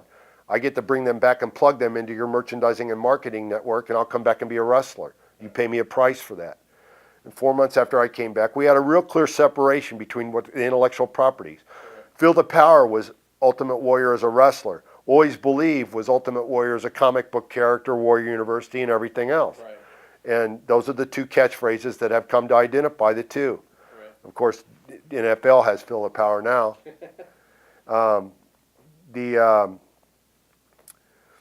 And then after I came back, 4 months after I came back, they started lifting. The plan from the beginning was to do it, but they got caught. Okay. There's a famous story about your WrestleMania return in California that Triple H, Hunter Hearst Helmsley, came to you and he threw out all these suggestions, and you basically said, the match is not about you, it's about me. Well, I didn't hear any suggestions, but what happened was, and I didn't know Hunter. Right. All I knew was I was coming back as Ultimate Warrior, and the guys that were on top, that Vince was using on top, were the B team players when Ultimate Warrior was there. Right. And I wasn't going to come in. Look, there could have been a lot of adjustments that could have been made over time, and there were even for the 4 months that I was there with Ultimate Warrior. But to come back after 3 years, I was going to come back and make an impression. And it wasn't about that I had a malicious plan to disparage anything that Hunter Hearst Helmsley had done in his career up to that point, right. Or to say he's not any kind of talent or anything like that. It was just come back. It wasn't harmful. People talk about things are harmful, doing the job and this and that. They are to some degree in the beginning, but they're not as much today. You can fix things like that. Right. And I told him what I wanted to do, that I was going to come and make my entrance. You give me your finish. I'm going to kick out of it, and then I'm going to give you a press slam. We're going to go home. And he said, okay. And then he went and got Jerry Briscoe. Came in the locker room, we went in the shower, and he proceeded to have Jerry Briscoe try to tell me that he had all these ideas. And I listened to Jerry for about 5 seconds, and I looked right at Hunter. And I said, if you ever have anything that you need to discuss with me, you need to come to discuss it with me, face to face, man to man. Right. We're done. And that was it. Right. Did he ever apologize? And he did it. No, and he didn't need to. He didn't need to per se to apologize to me. I can understand how he would have took it, but I'm sure today, and in some ways, I could probably take a little credit for what he's done in his career, because I know if somebody had done that to me, what I would have done, I would have said to myself, "We'll see, we'll see." Right. And look what he's done in the business. He's You know one what of I the most mean? powerful people in the Yeah. company. So The it's joke kind is, of funny. I've thought that over the years. I've thought, you know what? I didn't mean to do that, but he did, and I can understand how he would have took it that way. But if he wants to tell the story a different way, then he's the puny little bastard on the inside that he was back then. Right. He's not the guy that's built a really credible career in the business and seems to love the business. He's still the puny little shithead that he was in 1996, and I'd tell him to his face again. Right. How would the company change from the last time you were there? It hadn't really. No. I mean, there was the clique going on between Nash and Hall and those guys are scumbags. Right. I mean, they're just, the kind of ribs and stuff that they would play and tearing people's stuff up, and they always got ulterior motives to destroy people instead of concentrating on what they have to offer and what they can do. They got to play both sides and try to, damage other people's abilities from the backside. Wanted to talk to you about some of the names that were on top at that point. We already discussed Hunter. Shawn Michaels, what did you think about? You tag teamed with him a couple of times. What did you think of Shawn as a performer? Definitely talented and skilled. I mean, incredibly talented. He had always had good confidence about his own abilities in the ring and stuff. Not a lot of people's taste, but I mean, you can't fault the guy for the talent that he had to be able to do things he did in the ring. Right. Davey Boy Smith, you mentioned earlier that you guys were the scapegoat for Vince, and here he was. You and Davey were both back in the company in heavily pushed positions. What'd you think of working with Davey? What'd you think of him as a person? Davey, I've written about Davey when he died, about how unfortunate it is that he didn't grow up and he continued to do immature things that he was able to get away with when he was younger, and they eventually, they caught up with him. I have an affection, a special place in my heart, I guess, in my memories for Davey Boy and Dynamite Kid. They sort of took me under their wing when I went up there, and had a lot of fun, did a lot of goofy stuff, and made a lot of light of being on the road and being away from home and stuff. All those guys, I mean, I never faulted. I never sat back and faulted anybody for whatever skills they had. Right. Anybody. I'm not on the record doing that until people started criticizing me. And I got out of the business and legitimately got on with my life, recognized that wrestling and what I did there was a great chapter in my life, but there were other things I could do. And people just, I don't know, they got offended by that. And I got defensive about saying, hey, whoa, hold on a minute. At that point, could you see the beginnings of Steve Austin becoming such a huge star in the company? No, I mean, but I didn't see that he wouldn't become a talent. He was a real hard worker. And there was something about him in the ring, even in his black boots and black trunks, that just a grunty style. Like he was grunt, the way he worked his style. And like he just wanted to keep going from one thing to the next. And We didn't touch on Bret Hart, who was a pretty big star in that era. What did you think of Bret as a performer and dealing with Bret through the years? I liked Bret, and I liked when I went to Canada, I would stay with Davey Boy and them. I would go out to the Hart home. I was good friends with Owen. I traveled with Owen and Jimmy Powers up and down the road. Those are the guys I traveled up and down the road with. I'd bring them in my car. I had a limo. Come on, let's go. Bret Hart, I remember celebrating in some Midland, Texas or something, his birthday. We all stayed out late one night, and we all ended up shacking up at this rotten hotel. We couldn't find any more rooms and stuff. I liked his family. I liked his kids. I liked Stu. And they always, I was always respectful of who they were and where they came from and everything like that. But then later they got, they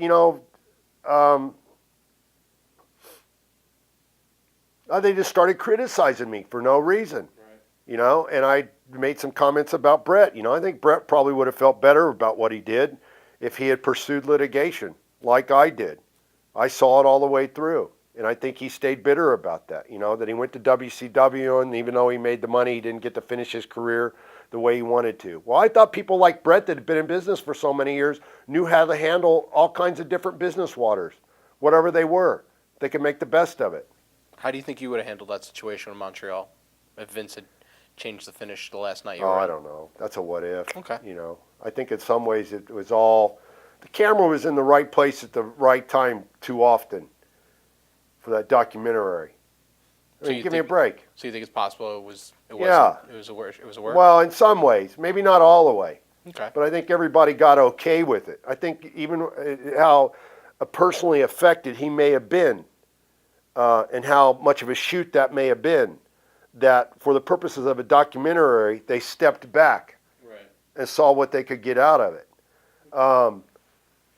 And I did make the comment after Brett had the stroke, that because when he continued to criticize me, like when people would ask him in his columns or something, he would write, somebody asked about the Ultimate Warrior, and his response to them was, what are they thinking? Like why even raise that guy's name when, a god like me and the other ones are around or something like that. And, he did go down to Florida and he did hug Vince. Right. I don't get that. Correct me if I'm wrong on the timeline. You missed several dates because there was a death in the family, and WWF had announced that they weren't going to let you return unless you put up a bond that you would forfeit unless you. No, what happened was I came back for the third time. Right. Linda came into the picture, sort of acted as the go-between. And once again, the whole, they always sold themselves as like a family. Like I had the communication going back and forth between Linda, because I worked with the office when I was back in '96 very closely, because my projects and the division we had between the two intellectual properties, to make sure there wasn't any mistakes. Well, there were a bunch of mistakes from the very beginning, and we ended up, me and Linda, calling them to falling through the cracks as we were working things out, to iron things out, make things clear, move ahead with a working relationship. And, I have letters from her where she signed them, love, Mom. Right. She got to know my fiance at the time. I did a Chicago Comic Con convention. It's an annual event that's been going on for years. It's huge. My comic book was coming out. We did television piece on it on the television, WWF.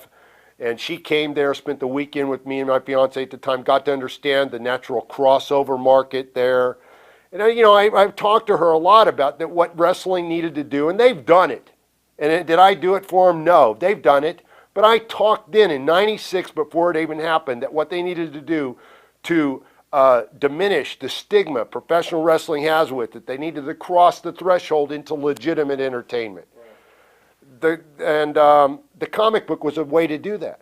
Because in my self-study, as I self-published my own comic book, I found out that many of the blockbuster movies and merchandising and marketing successes start as comic books. Right. And I said, this is a natural, And so they got behind the comic book. That was part of the deal. And always believe being the catchphrase that was used to delineate between the wrestling thing that they could capitalize off of, Field of Power, and what I was to use through their own merchandising and marketing network. The licensing show came up in New York. Right. Big, huge annual thing. You go there, you sell your product, you sell your intellectual properties for people to put them on stuff. And I went there. They didn't want me to come. So you went for the Warrior property? No, they didn't want me to come that year. They said, don't come, there's no reason to come. Jim Bell told me, the same guy that's wrapped up in this Jack's Toys deal. We're going to get into Jim Bell in a second. He said, don't come. And I said, what do you mean don't come? I just came back, And the talent always goes to the licensing show. Right. It's So the it was best an appearance. PR. It was an appearance for Make an WWF. appearance. Okay. Yeah, and he said, don't come. You don't need to come. And something told me after all this other falling through the cracks had gone on, the mistakes they had made using the stuff they weren't supposed to, something told me to come. So me and my wife, Dana, we got on a plane. We came to the Javits Center, came to New York, walked into the Javits Center, walked around the corner, and the whole theme of the booth was always believe. And there wasn't one picture of Ultimate Warrior. Always believe was the whole thing. What was your reaction when you saw it? I was sick. I was sick, man. I was sick. I almost fell to my knees and just started throwing up right there. It was unbelievable. So I listened to Jim Bell try to explain it. Like you didn't know, you didn't know. Right. And I tolerated it as much as I could because as soon as I walked into the place, people recognized who I was. So I had to put on a face, sign autographs and pictures and stuff. Standing there, you know, this one phrase that separated in our contract what they were to use and what they weren't supposed to use. And I went back to the hotel and called Linda. And up until that time, if she wasn't there, her secretary would tell me when she was going to call me back, without fail. And that night she didn't call me. Next morning, about 11:45, she calls me and says she didn't know. And then Vince gets on the phone saying, shit happens. I said, Vince, I said, your people have been lying to me for 4 months. He says, people lie to me every day. So according to the terms of my contract, they had violated it and it needed to be corrected. The contract was capable of being suspended until they made corrections, and we got it worked out. So I got on a plane and went home, and that's when they created the whole thing about doing the appearance bond, put Gorilla Monsoon on TV, and over the next week, the lawyers went back and forth, and they made certain claims, and we made certain claims, and eventually it turned into me having to file litigation. Right. You filed the lawsuit for a breach of contract, correct? Breach of contract. And that was when they started with the issue of who owned the Ultimate Warrior name. Well, yeah, basically they were saying, look, you're not former or anything. Whatever you did for the last 15 years, we own it. You can't even refer to it. Basically, that's what they were saying. And I had already, you know, all these other projects that I was doing, I'd already started doing those. Right. I mean, it wasn't some idea I had to later do. I was already doing all that stuff. Right. We mentioned Jim Bell previously. Do you place the blame on him for not dealing with what he should have been doing on the licensing end? For not, like, paying attention to what was supposed to be happening? Or do you think, well, I guess my question is, do you think he was, without a doubt... The deception was through and through. Okay, so... Because it could have been worked out. Right. Vince and Linda could have stepped up to the plate, and the dates could have been missed that I missed. Right. But we could have worked it out. Right. They didn't want to. What happened was Vince eventually stepped in, Linda being the one that I always worked with. He stepped in and said, I'm not doing this anymore. We're not doing this stuff. Because he said, you know, I said to him, Vince, you're not living up to the terms of the contract. He said, I didn't drink. He said something to the effect, I didn't make up that contract. I didn't sign that contract. Linda did. Something like that. Right. What was their reaction when they learned that you had filed a lawsuit? I don't know. You don't know? Were you happy? Fight. Right. You know. I know it took 5 years. At what point did you make the decision to change your name legally to Warrior? 93. So it was before you had even come back at that point? Okay. Way before.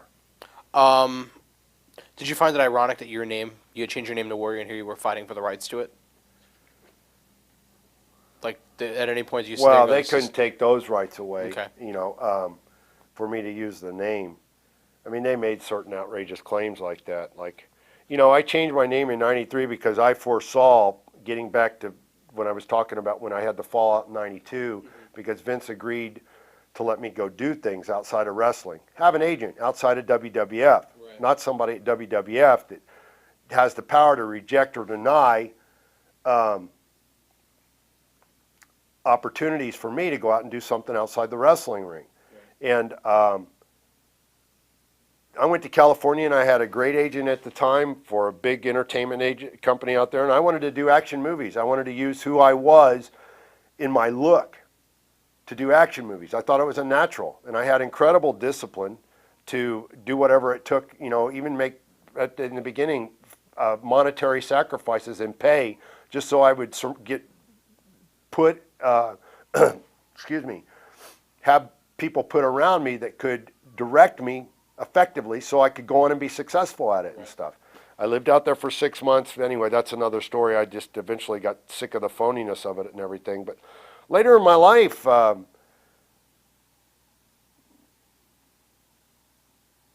as I got on with even the entrepreneurial projects and the comic book projects and what I was doing, and then started thinking about public speaking, got interested in reading and writing the great books of the Western world and all the classical literature and the classical philosophy and everything, warrior came to mean something deeper to me. You know, I'd come from a family, my dad had left when I was 11 or 12,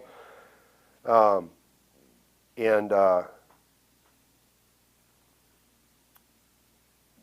came to realize and see how important it is that what a name means to somebody and what should be handed down along with it. And when I met my wife and we decided to have kids, she took it as her surname, and my kids have it as their surname. And we have a, you know, coat of arms and a mission statement and stuff. And even though we live in contemporary times, we're doing something that's more traditional, going back to, you know, centuries ago. Okay. Getting back into the lawsuit, were you happy with the final results? No, but they were. I had to accept them. My lawyers did a complete 180 on me on the day that we went in to start the trial, the day that the thing settled. Just unbelievable.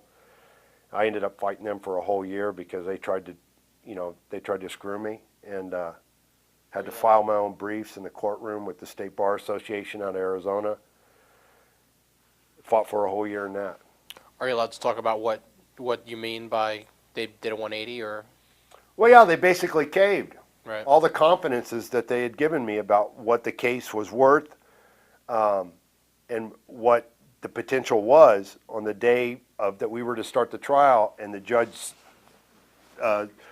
called the jury pool in. It was on a Friday. He said, if we're going to start this thing on Monday, people will be called back, but today we're going to let you go. He came down from behind the bench and said, Vince and Linda and their lawyers were there. I was there with my lawyers, and said, look, he said certain things and said, look, the coffee pot is full. My schedule is free. We're going to spend the whole day trying to work this thing out. If it doesn't work out, we're going to start the trial on Monday. Late that night, it settled, and largely because I had no more confidence in my attorneys at all. So now you completely own the rights to the Ultimate Warrior name. Ultimate Warrior now, yeah. Okay. Are you aware they're currently fighting with Marvel Comics over the rights to the Hulk Hogan name in court? No. Do you find that ironic? I don't know. You know, I knew that they never owned it. It was never a big deal to Hulk, whether he owned it or not, I don't think, you know. When was the last time you actually had a conversation with anyone in the McMahon family? Well, 98 was 2001, the day the trial settled, was the last time I had words with Vince, only to tell him that, that I refused to shake his hand, and I said that I'd been disrespected enough.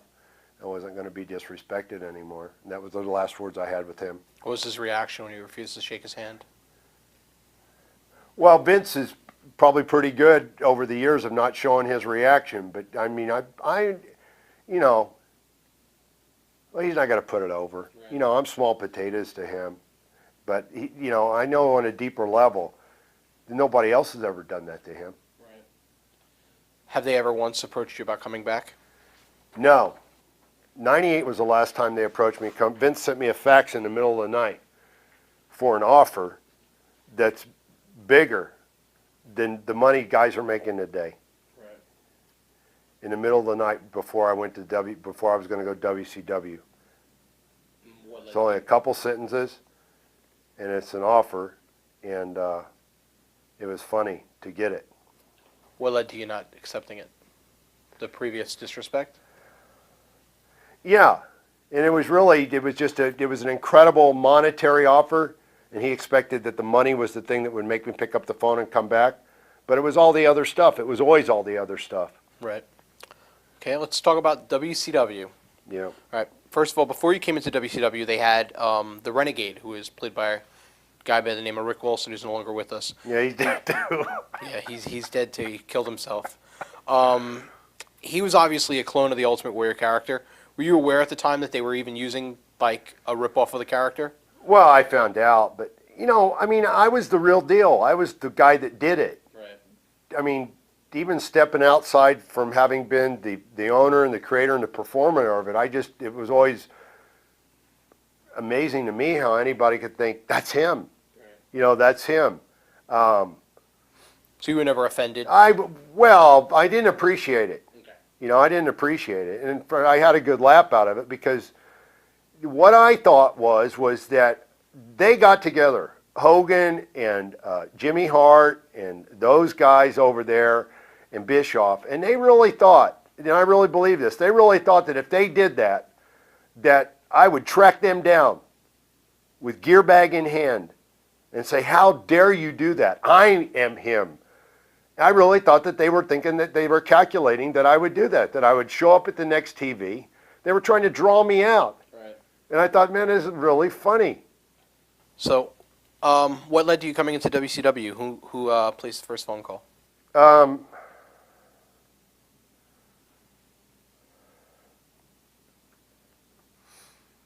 I had a conversation with Hulk probably in '97 or something. He called me. Right.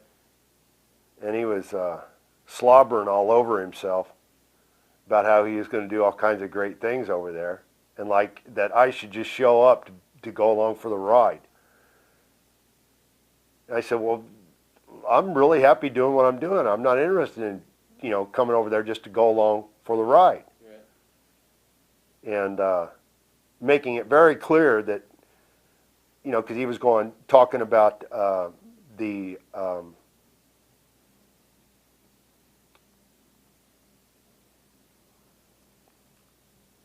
talking about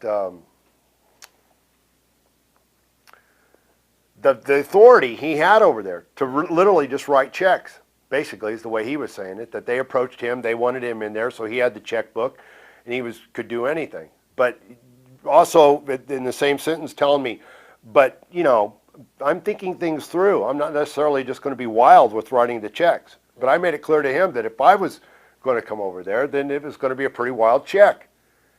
And we had that one conversation, and then Eric Bischoff ended up contacting maybe my attorney out of New York. Do you think Hogan wanted you to come in just so he could get his WrestleMania 6 back, his win back? You? Yeah, I definitely agree. Yeah, I mean, is that sick? Yeah. I mean, that's hilarious, man. When I was over there, there's a guy that's insecure, man. And I didn't know it because I had the chance to spend some time with him. He invited me to come to his place after we did a TV for WCW in Miami. He invited me to come to his place the next time the week before Halloween Havoc or something like that. So I went down there early. I flew to Tampa and I stayed with him one night. And man, it was an eye-opening experience. But there's a guy that's insecure, really bad. It was disheartening to see somebody with so much, had done so much, and can really do anything, and has incredible power to get attention, Right. to get something, get some empowering messages out to young people and stuff, and he's not using it. Right. How would you compare Bischoff to McMahon?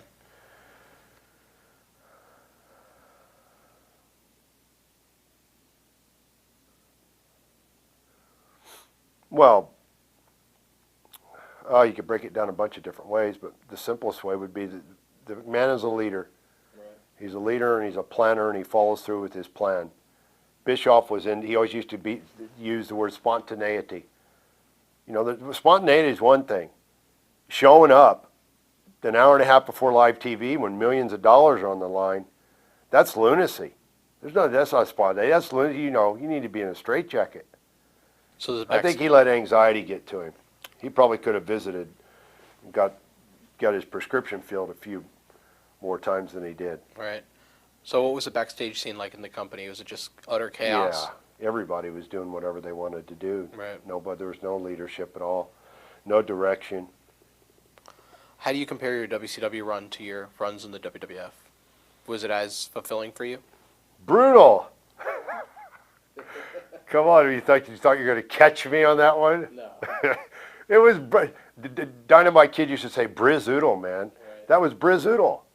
I mean, that match with Hogan was the worst one, and it is ironic that I had one of my best ones and my worst one with him. I was actually going to ask you if you thought that was ironic. I mean, they didn't put me in the ring. I had a 6-month contract. Let's see, when was it? Halloween Havoc, end of October. My contract ran till the end of November or into December. Right. And after we had Halloween Havoc, the next night they were in Phoenix. Well, I lived in Phoenix, so it was, it was just a natural that I was going to show up there. They did the little spas at the end where I came in and, threw everybody out of the ring. The next week was Kansas City. I only went to the TVs. Right. I show up at Kansas City and nobody expected me to be there. How'd you get the plane ticket then? The office, I mean, that's how, chaotic and unorganized the office was. The office had sent me a ticket to get there. So I got there and I wasn't, nobody expected me to be there. I tried to get to talk to Bischoff. He wouldn't talk to me. And for the next couple of weeks, I think I called, well, the number that I remember is I called 16 times. He wouldn't return my call. Right. And all I asked him to do, I said to him, look, this doesn't make any sense. Put me in the ring. Let me work matches. Right. My stuff can happen in the ring. It didn't make any sense. The kind of money that they paid me. And then for the last 2 months of my contract, of a 6-month contract, I didn't even work it. I mean, they didn't give the character an even opportunity. That was stupid. The first 15 minutes was a launching pad to do really great things. OWN was a great concept. Ultimate Warrior was already over as an intense killer. Right. I mean, I tore my bicep when I came back, and I was back, and I was in the ring at Halloween Havoc 4 weeks later. There were guys that tore biceps and didn't show up for 6 months and still got paid for it. Right. So, there was nothing that I did to turn them off to the idea of using Ultimate Warrior in some way. They took OWN, which was a great concept. One guy can't do everything. I went under the ring after I did the 15-minute spiel, Good versus Evil and Hogan. We did the trapdoor thing. I went down there. I had to wait till everybody cleared out of the building. When I came back through the curtain, all the crew people were there. And they were congratulating me, saying, man, that was awesome. This is really great that, you're here and the way this thing turned out. Nobody from the office, Bischoff or Hogan or anybody, called me or nothing. I didn't talk to any of them. And then on the next Monday was TV. On Friday, I called Hogan. Brother, you went over our head, he says. He got offended because I was working the gimmick out there in the ring. And they blew it. I didn't blow it. Right. What did you think of the idea of the entrance with the trapdoor and the smoke and all that? Did you like it? Did you think it was appropriate for the character? I thought one time. I thought they were going to use it one time. Right. The first night. And they started using it over and over again. Right.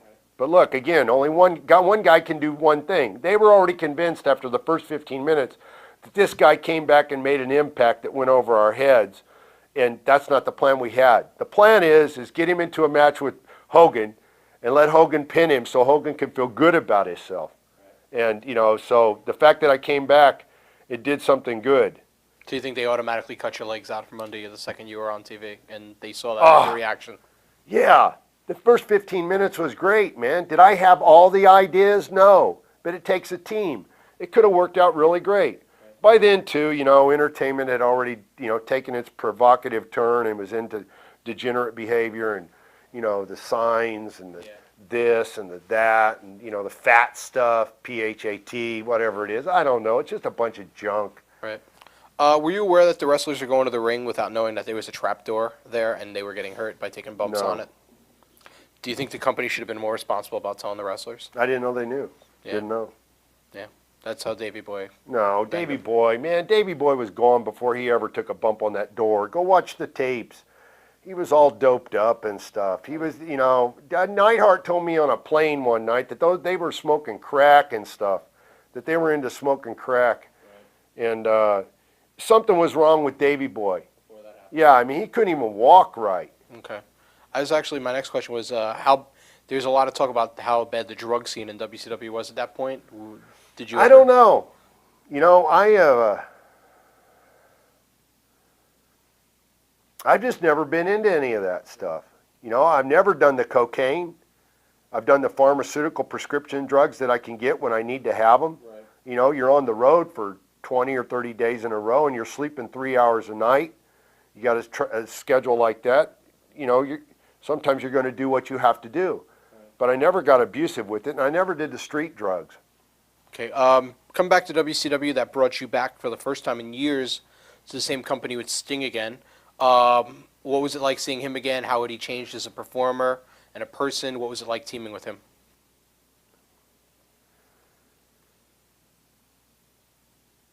Well, we never had the opportunity to really sit down and talk, but he was cordial. Right. He was nice. He was gracious. You know, he was friendly. One time in the locker room, we had a chance to sit just for a few minutes together, and he was friendly, and he was you know, gracious and welcoming. That, you know, I was there and stuff like that. I mean, you know, that's a lot of years to go. He right. had experienced success and money and fame and everything himself. I mean, it does something to you the way you process that stuff. You become a different person. The match that we worked in together got thrown together at the last minute, and it really didn't mean anything. Okay. Just a couple of thoughts and some talent. What'd you think of Goldberg, who was pretty much a really hot character at that point? I was complimentary of Goldberg, and matter of fact, the first night I was at WCW, I pulled Diamond Dallas Page and Goldberg aside, and I said that they had inspired me in my training to make a comeback because of their intensity. I told Goldberg, I wrote about it on one of my posts one time when I got offended by his comment relative to somebody asking him when he was a kid, he dressed up for Halloween as Ultimate Warrior, and he sort of mocked it and dismissed it. The truth was, he was a mark for Ultimate Warrior, yeah. And he was a teenager at the time. He wasn't even a little kid, but he didn't have the confidence in himself, to say that. And that says a lot to me. It shows a lot about the insecurity somebody has. When I was at WCW, I talked to him a few times when he was caught up in what the head games that Nash and Hall and Hogan and all those guys were playing, the big soap opera of it. And I told him, I said, look, man, I said, you have the potential to do incredible things in this business if you just keep your head on straight and don't get into all the mind games and the head games. Now, who somebody else is going to do that? Right. In my shoes? Nobody. No, not in this business, and that's exactly what they were doing. They were effing with his head because they knew he had skills, they knew he had talent, they knew he could do something, and they didn't want him to just focus on that. They wanted him to mess with his head, throw a little bit in the mix, and that's what the business is about in a lot of ways. Vince was always good about that. It wasn't just do your job and be productive and we'll leave you alone. It was always throwing something into the mix, to mess it up. Next to it, we touched on them a little while earlier. Hall and Nash, what were your thoughts on them in WCW? Yeah. And just shit stirs? Yeah, shit stirs and backstabbers, and they spend just as much energy. I mean, there's a lot of those guys in this business and all kinds of business, but they spend just as much energy in how to be destructive. Right. Probably more energy on that than they do about how to be constructive and use their own abundant skills that they have. Was there anyone you were particularly close to backstage in WCW, or you just kept to yourself at that point? Yeah, I kept to myself. Okay. What was the plan for the NWO versus One Warrior Nation storyline? Where was it going when you left? Did you have any idea? In the toilet. Yeah. Where eventually it just became ridiculous when LWO, right. Latino World Order. No, it fit for me, and it would have taken a round table discussion of creative minds, but One Warrior Nation was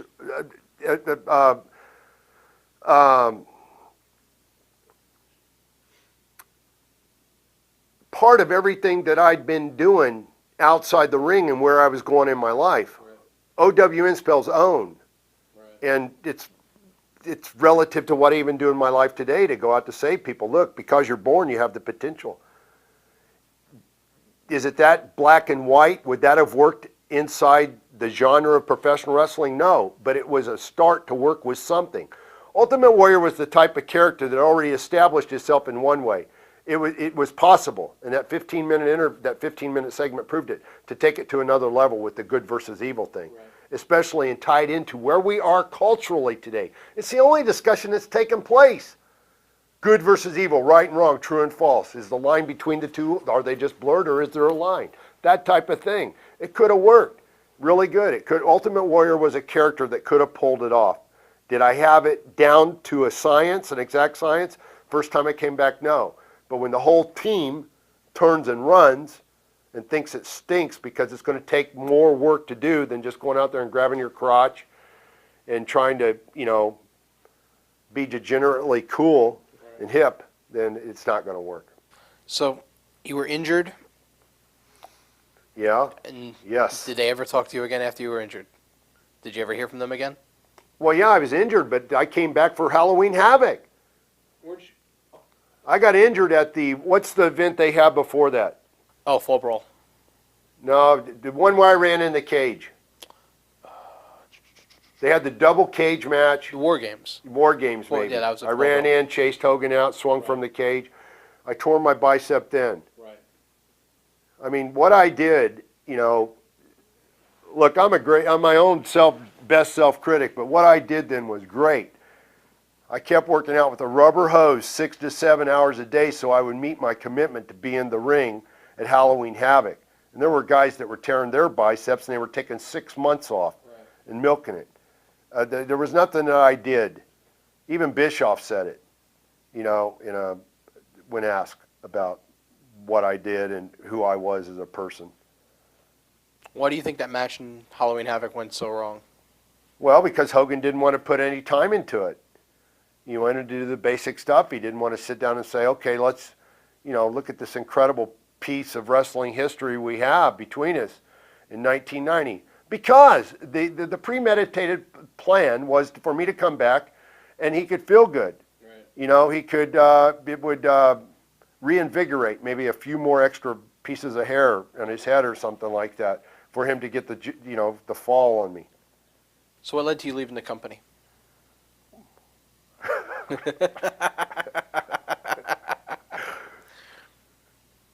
Well, I think I explained that already. They didn't call. I mean, was I going to buy my own ticket and show up? Nah. Do you regret your run there? No. Okay. Do you think it hurt the aura of the Ultimate Warrior to the fans, or? No, I think maybe people. Of course, I don't worry about what people think. That's probably pretty obvious. Right. Anybody that goes to my website and reads what I write and what I say. But, the fact that very soon after that they fell apart sort of, doesn't lend any credibility to. Do you think there was anything that could have been done to stave that off or prevent it, or it was already too far gone by the time you were even there? No, I think if somebody would have come in with the organization and said, look, 7 days a week we're going to plan. Right. We're going to think this thing through. Everything is fixable. Okay. In 1999, Extreme Championship Wrestling was going to debut nationally on the Nashville Network. You wrote on your website and brought about the idea of coming into the company. How close was that to ever actually happening? Never. I never talked to those guys. They used my name. That's disrespectful. This is ECW, Paul Heyman. Yeah, Paul Heyman and those guys. They did a 1-900 call, dropping Ultimate or dropping Warrior, and then they dismiss it. They discredit it like it doesn't mean anything. They don't use it. Okay. Would you have? And I don't say that stuff just from afar. Mm-hmm. Would you have wanted to do any appearances there if they had handled the situation differently? I didn't have a yearning to do any appearances there. Look, I always have time for good business. Right. I don't have time for any that isn't. Okay. Were you? If somebody would have called me and talked good business, then I would have listened to it. Were you familiar with the product at all when you had made the comments about bringing up the idea? I knew Bob. What's his name? Ryder. Okay. Bob Ryder had come out in the early 90s, had come out, that was just getting on the internet and doing stuff. He was working for Prodigy. Yeah, right? And he was a big fan of ECW and eventually became friends with Paul and those guys and stuff, and he talked about it. I only knew it through him. He sent me a couple tapes one time, and I watched it. It was wild and stuff like that. Look, I'm open to listening to any kind of business proposal somebody has. But I'm not sitting by, out in the desert blowing smoke signals with my gear bag, waiting for somebody to set up a ring, and I just, let me be a part of it. You give me $50 and a couple hot dogs. Right. On a related topic, TNA. What conversations did you have with them when they began planning to promote Jeff in called me. 2002? Well, first, I think Vince Russo called me. Right. I've talked to Vince. I haven't talked to him in 3 or 4 years, but 2, 3 or 4 years, I haven't talked to Vince. But I have talked to him over time. Right. He had told me that the Jarretts were doing something and I should talk to Jeff, and I did talk to Jeff. And I said to him the same things that I tell everybody when they contact me about wrestling. Look, I understand the worth and value of Ultimate Warrior. I got a different hat on now. It's my agent hat. Okay? So don't be offended by me negotiating on his behalf. But most people call me, again, thinking that I've got my face half painted and one boot on, and I want to get in the ring. Right. So we had those conversations, and I talked to his dad, and his dad didn't get it. Right. And finally, I told him in an email, I said, look, you don't get it. I said, I'm not in the business. I wasn't in the business. I'm not in the business for the celebrity part of it. And if Ultimate Warrior is going to come back, then you're going to have to recognize that he has a value, and I understand that, and I'm going to have time to prepare to come back, because I'm not interested in coming back and disappointing people in their expectations of what the Ultimate Warrior is. Other guys will do that. They're okay with it. I won't. He didn't get it. And then they also talked about how they were going to do a product that was more family oriented. And the next thing, it started turning into something degenerate. They didn't get that I said to them, I'm not interested in doing the degenerate stuff. They didn't get it. They didn't understand those words. And then they turn it into something like Warrior's hard to deal with. He's difficult to do business with. Right. And that's not the case. The case is people don't hear what I tell them. Okay. June 2004, TNA began taping TV in Orlando at Universal for a national show on Fox Sports. Jimmy Hart went on a radio station down in Florida and said that you had called him about coming into the company. Yeah, he lied. Okay, so there's no truth to that. There's no truth to that. So and I can't believe he did it, because Jimmy, I would have expected more out of Jimmy. I know Jimmy. I would have expected more. And I was really surprised that he did that. But like I said on my website, when I want to say something, I say it at my website. Right. I don't call them. They call me. Right. I don't call them. Are you aware about the comments Jerry Jarrett made about you in his book? No. I'm about to read them to you, so I'd like to hear your comments. All right, and you're probably not familiar with the book. Basically, it's his day-to-day journal of the launch of TNA, the company. I don't read that Okay. stuff. He says on April 7th he had a good conversation with you. April 8th, well, my good conversation with Warrior turned out to be just like my previous conversations with him.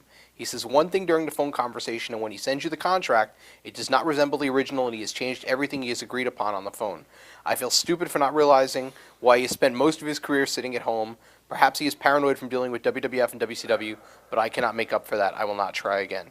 And then he goes on to say that you had called Russo and you were shocked that there was no further interest in you. Well, neither one of those are true. Jerry Jarrett sit on the phone with me and whined and complained about what Vince McMahon is and how bad Vince McMahon is and how much he's been screwed over by Vince McMahon and his boy's been screwed over. He never stood up Vince McMahon. Right. I fought Vince McMahon in a lawsuit to make a wrong right. He didn't do it. I don't need to take any life advice from Jerry Jarrett and what I'm doing and why I'm sitting at home. I'm happy, I'm productive, I don't ask anybody to pay my bills, and I'm not the punk kid that I may have been back in the 85, 86 or something that I was when I went there and made $25 or $50 a night. That said, if they came to you with the right offer, would you be interested in working for them now? If somebody came to me with an offer to get back into the ring, which I could do with the discipline I have for another 5 or 6 years, if I made a commitment, and it would cost somebody a lot of money. It would cost somebody a lot of money to do it. If the deal was right and there were legal negotiations to protect all my interests, and there was no way that those obligations from the party I dealt with could be reneged upon, then I would go back to the ring. I would do something in the ring. Have you seen anybody that you've spotted? Are you familiar with any of the product today? Do you still follow the product? No, I haven't watched it. I watched a couple of the taped appearances that I had from WCW in '98. Okay. WWF, and I still call it Titan Sports. I mean, not out of for no particular reason. It's just as what I know it as.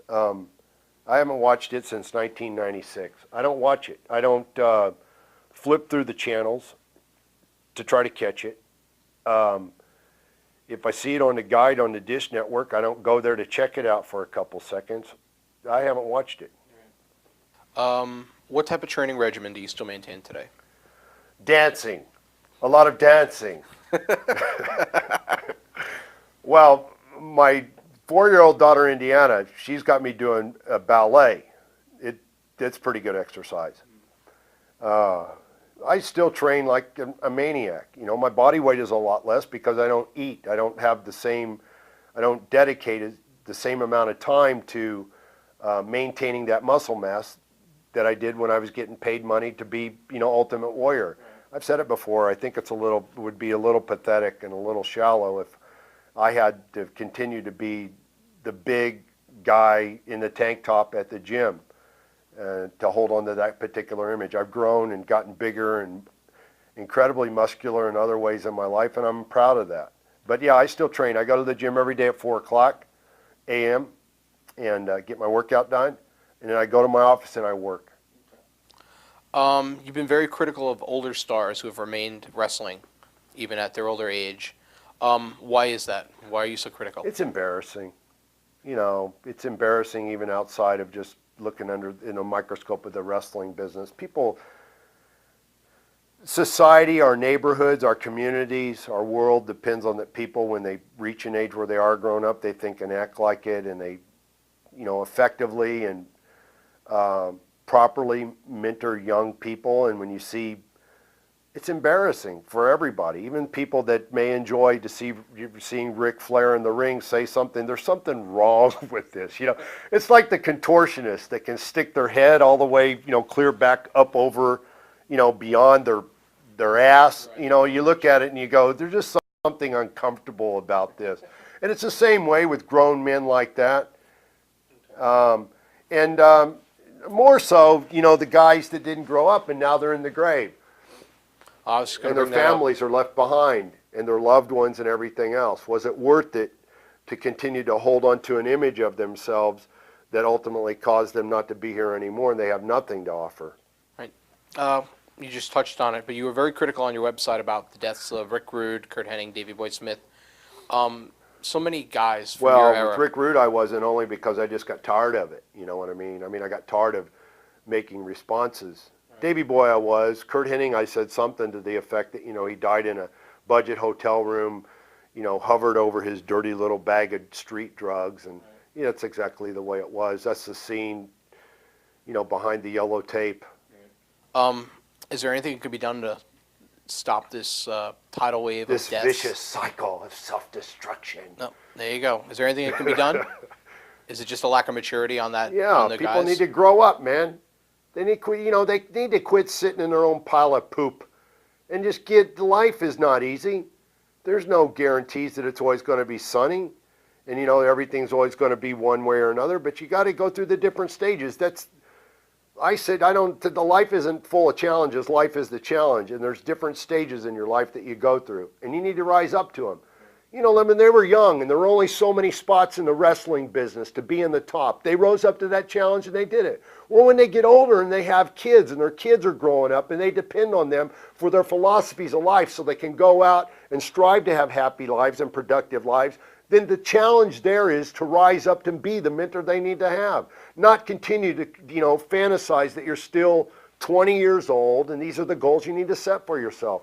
I'm not encouraged by that. I'm disgusted by it. My kids are growing up in this world, And it's important to me that there are more people like that than guys that, that can still get in the ring and wear trunks 50 years old and bilk the business like they do.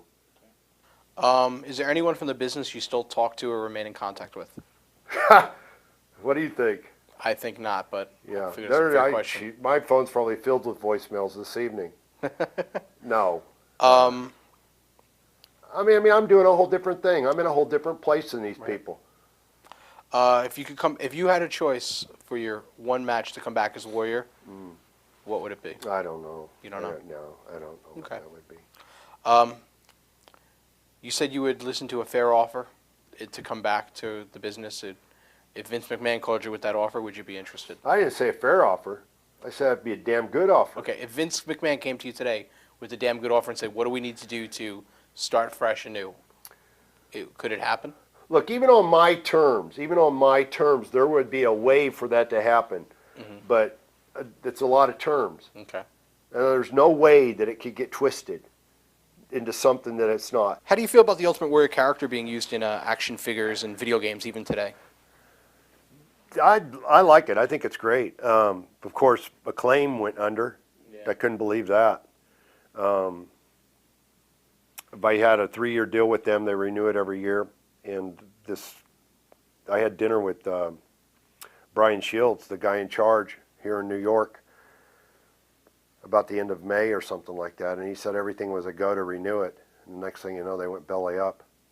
It's a good thing. I mean, back even when I was doing the comic book project, the idea was, I went to Hollywood, I told you, because I wanted to do the action movies and things. But I started thinking it through, and even when people would say, you should do action movies, later I started to think graphically created Warrior as an identity and his ideas and stuff, they could live forever. It could be something bigger entrepreneurially.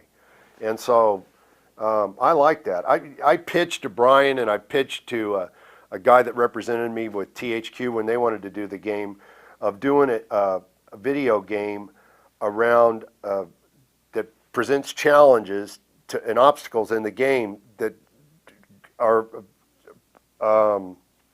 using throughout the game, coming to define the concept of warrior. In other words, all the great games, they always use warrior as an adjective to describe their characters, right. even comic book characters. Behaved, fought as a warrior. Right. And I thought it would be a great video game to, in the video game, have just the warrior. Why's he got to be anything other than that? If you make him creative enough and intense enough all his own, warrior is warrior. And but they don't get it. Somebody will one day. Closing up, what do you think is the biggest misconception of Warrior? That I'm difficult to deal with in business, or that I don't follow through on my obligations, and when the exact opposite is true, that I refuse to tolerate people not following through on theirs. Okay. Any regrets in your career? I think everybody has regrets. I think I wouldn't be completely honest if I said I didn't have any, but I don't let my regrets eat away at me. I sort of have an agreement with my regrets, that I'll acknowledge that I have them, but I'm not going to give them any, allow them to, disempower me in any way with getting on with my life and doing other things. Any final words for your fans who are watching this? Just appreciation, I guess.